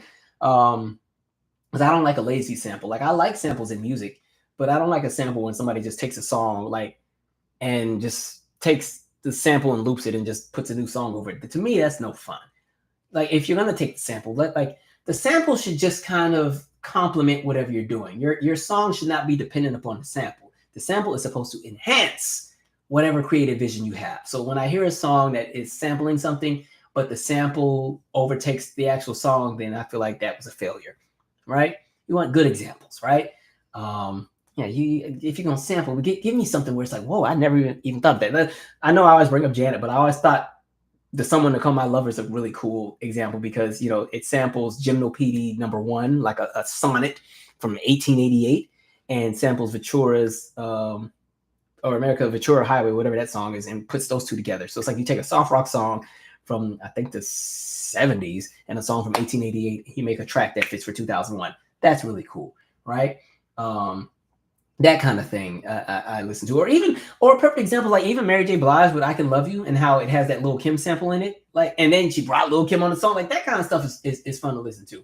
And even for samples that are more so, even if it's like a recreation or whatever, like Will Smith. I know y'all think he's corny, but I think sonically he always had really good music with those samples. So even like a Wild Wild West, you're taking a Stevie Wonder, I Wish, and not only do you bring life to a song that was already great, like it has this fresh sound. You got Cisco singing to the rafters on it, and it's just a bright, energetic, like, okay, I like this, right? So I always like a good sample. Like I said, Tribe Called Quest is one of my favorite acts because, or even like, let me see, Boogie Down Productions, like all of them, there's so much. Oh, and even De La Soul. Actually, a lot of the people in the Native Tongues family, those albums have so much going on that it's almost like it's like a project, like a research project, to just sit and try to find how much music had been utilized in some of those samples to like just create entirely new songs. It's really, really cool. So I always love a good sample. So when I hear like a lazy one where it's just they took whatever track and just looped it and rapped or sang over it, I'd be like, boring. Next in line, please. All right.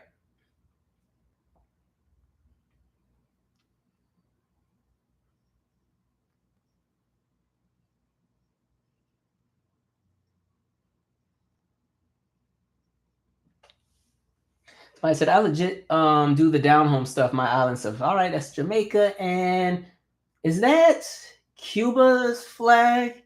Liberia has a star. I think this, and I make wonderful desserts. For others, I'm not huge on sugary stuff. I love it regardless my mind state. I do it. All right. Somebody said I'm tired of hearing the same beats over and over again. I'm honestly over samples. I just don't like I said, I don't like a lazy one.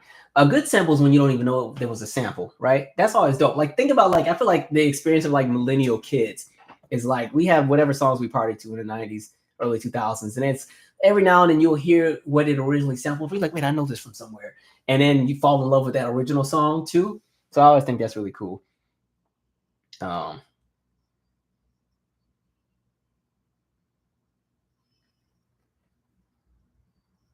Somebody said DJ Khaled samples are not creative. They're not. He literally just puts the track on and yell over it, and they all get on there. Even Wild Thoughts that everybody loved. I was like, this is so boring. I still thought Maria was a better song.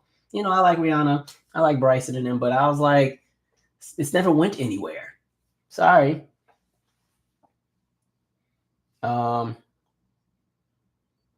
What do you think about Meg Thee Stallion suing blogger Mila Grograms? I don't even know who this lady is. Mila Grograms, I think, or Mila. I think that's her name.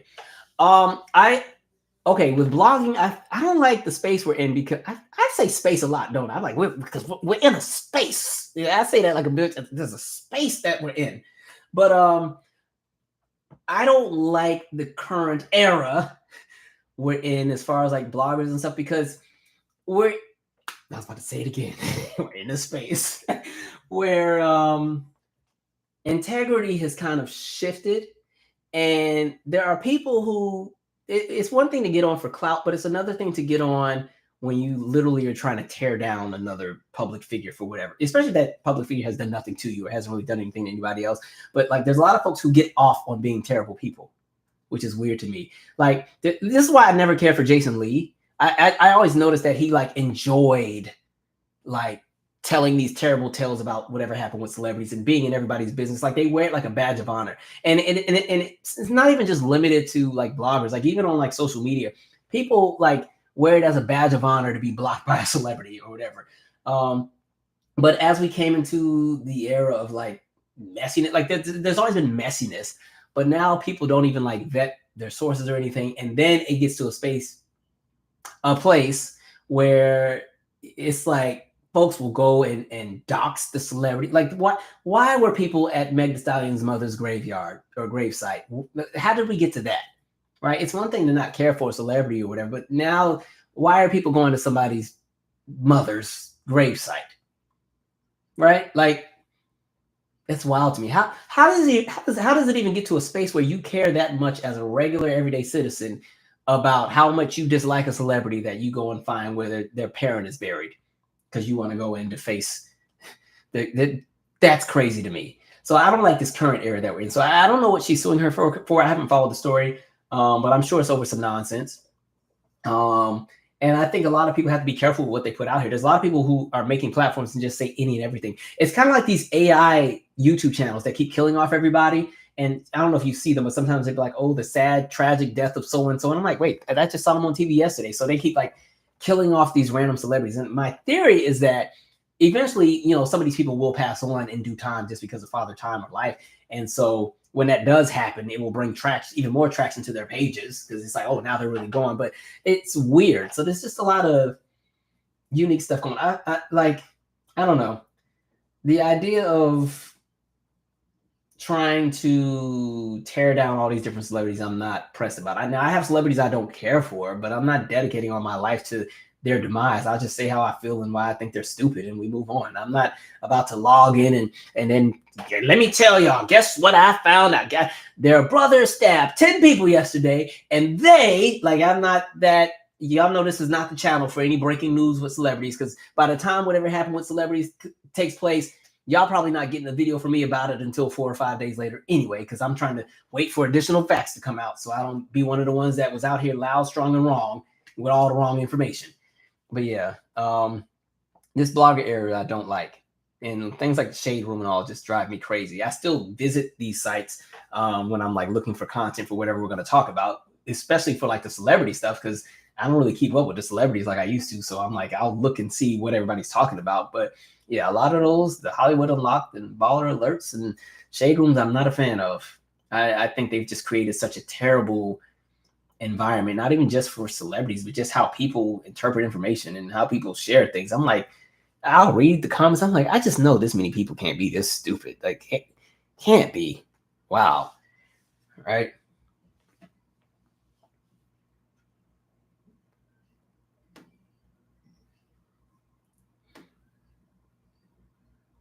Oh God! And then Jason Lee got elected to office. I was like, I mean, if he does a good job, he does a good job. But I still think he's an interesting character.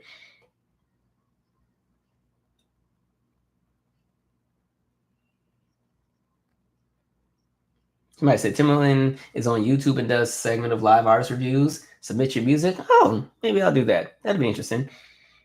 Well, okay, so nobody ever went to Meg Thee Stallion's mother's gravesite. That was a huge lie. Y'all believe everything negative about Nicki Minaj. I didn't even say nothing about Nicki Minaj. Look, listen, I don't live in this stan world. Like, just so y'all know who my favorite artist is, and my favorite artist is like 58. Okay, she doesn't even leave the house after she tours. She puts on her tube socks and sits in the house and colors with her child. All of this rap beef that y'all be living, that's not my life. I do not care. Nicki, she's cool. Meg, she's cool. Cardi, she's cool. They got a song or two. I like all of them, but I'm not going to bat for any of these people. Like, I don't care, so I'm not going to be out here like arguing with folks over that. But y'all can enjoy it. Yeah, that's not the era of life I'm in. Anyway, let's see.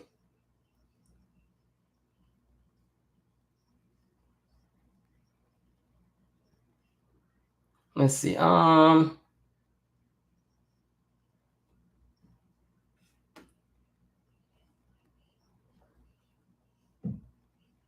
Somebody said that Shade Room is toxic, so why does it have so many followers? Because I feel like people like mess, right?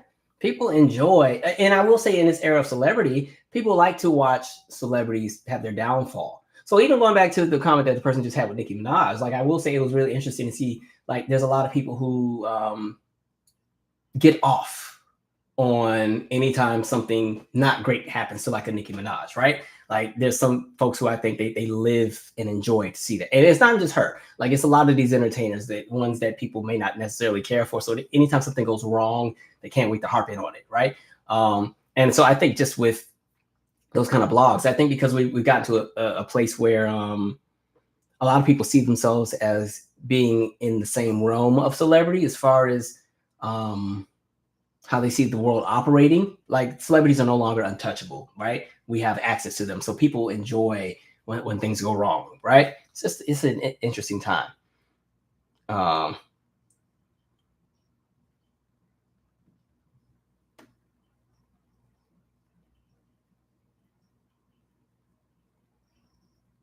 Let's see here.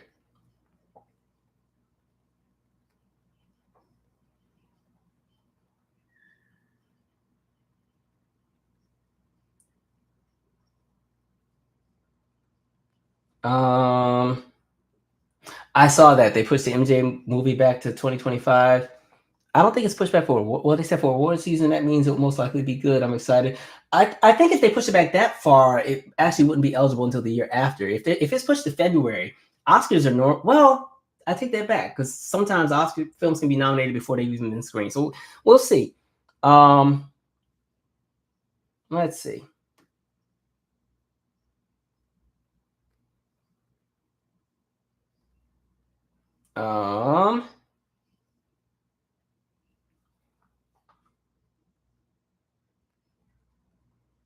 Somebody said the tube socks are killing me. Look, I remember when she did that, when Janet did Essence in 2022. Like, we were hyping her up, and then like literally an hour after she got off stage, she saw that post. She said, "All right, back to being a mom," and she was in tube socks and sweats. I was like, "Oh, all right, we're not gonna see her for a while."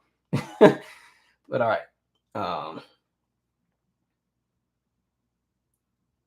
let's see.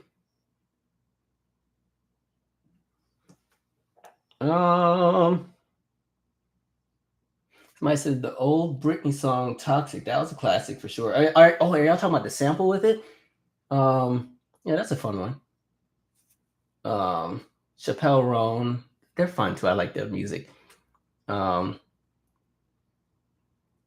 see.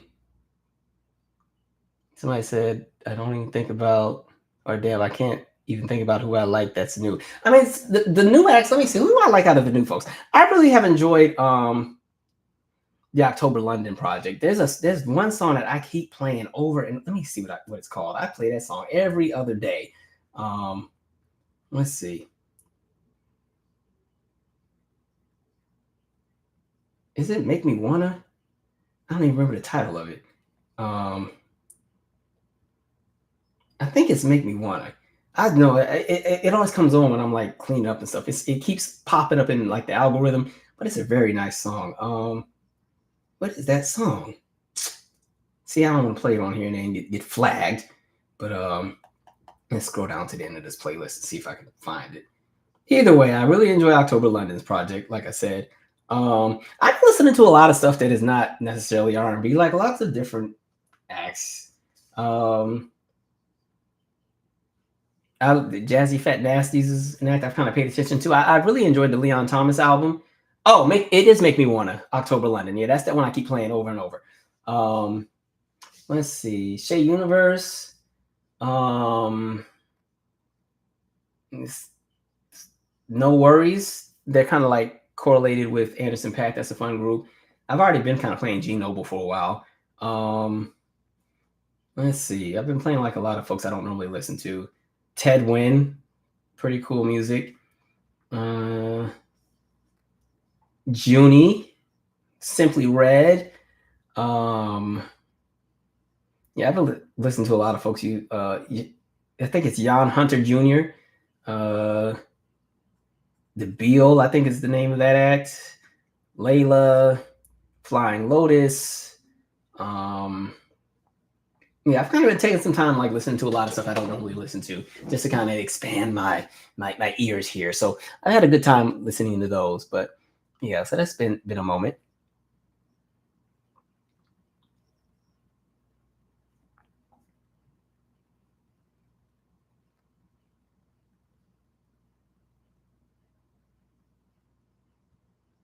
Somebody said has social media has changed the landscape to celebrity. Yeah, social media's changed a lot of things. To me, social media is the best and worst thing to happen to society. There's so many great things about it, but there's so many terrible things about it. So, yeah. I haven't heard Flo's new album, but I will say congratulations to them. I saw they had like the highest chart debut in the UK for like an R&B act in 20 plus years. So good for them. Let's see. How did you start working for corporate? No, I don't work for corporate. I don't. I don't work for corporate. Yeah.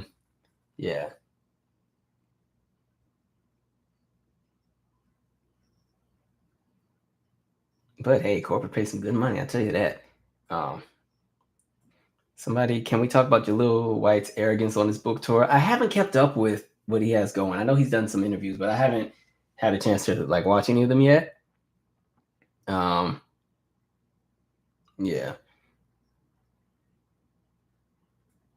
We gotta wind down, folks.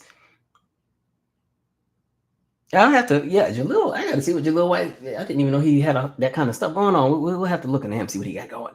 But yeah. Somebody said they share a birthday with Britney Spears. Sad season. I don't think there's any celebrities I share a birthday with that I know of. I share a birthday with MTV, the network, as far as August 1st. Let's see, who has my birthday? Oh, Jason Momoa. Okay. Cool. Coolio's God rest his soul. All right. Oh, wait, I share one with Chuck D. All right, Chuck D. Elijah Kelly. That's the one that was in the New Edition series. Oh, okay, I got a few people that are some birthday twins. All right, I'll take it. Ooh, I don't know who none of these people are. All right. Oh, Leon Thomas and I have the same birthday. Okay. I don't know who these people are. Don't know who they are. I don't know who that is. I really don't know who that is. Yeah, I don't know none of these people. But happy birthday. Okay, I guess that's it. Those are the ones I got. Anyway, don't say that, Sydney. Say mess around and be orange, man. We'll close this live. Good night. No, I think he's a Gemini. Yeah.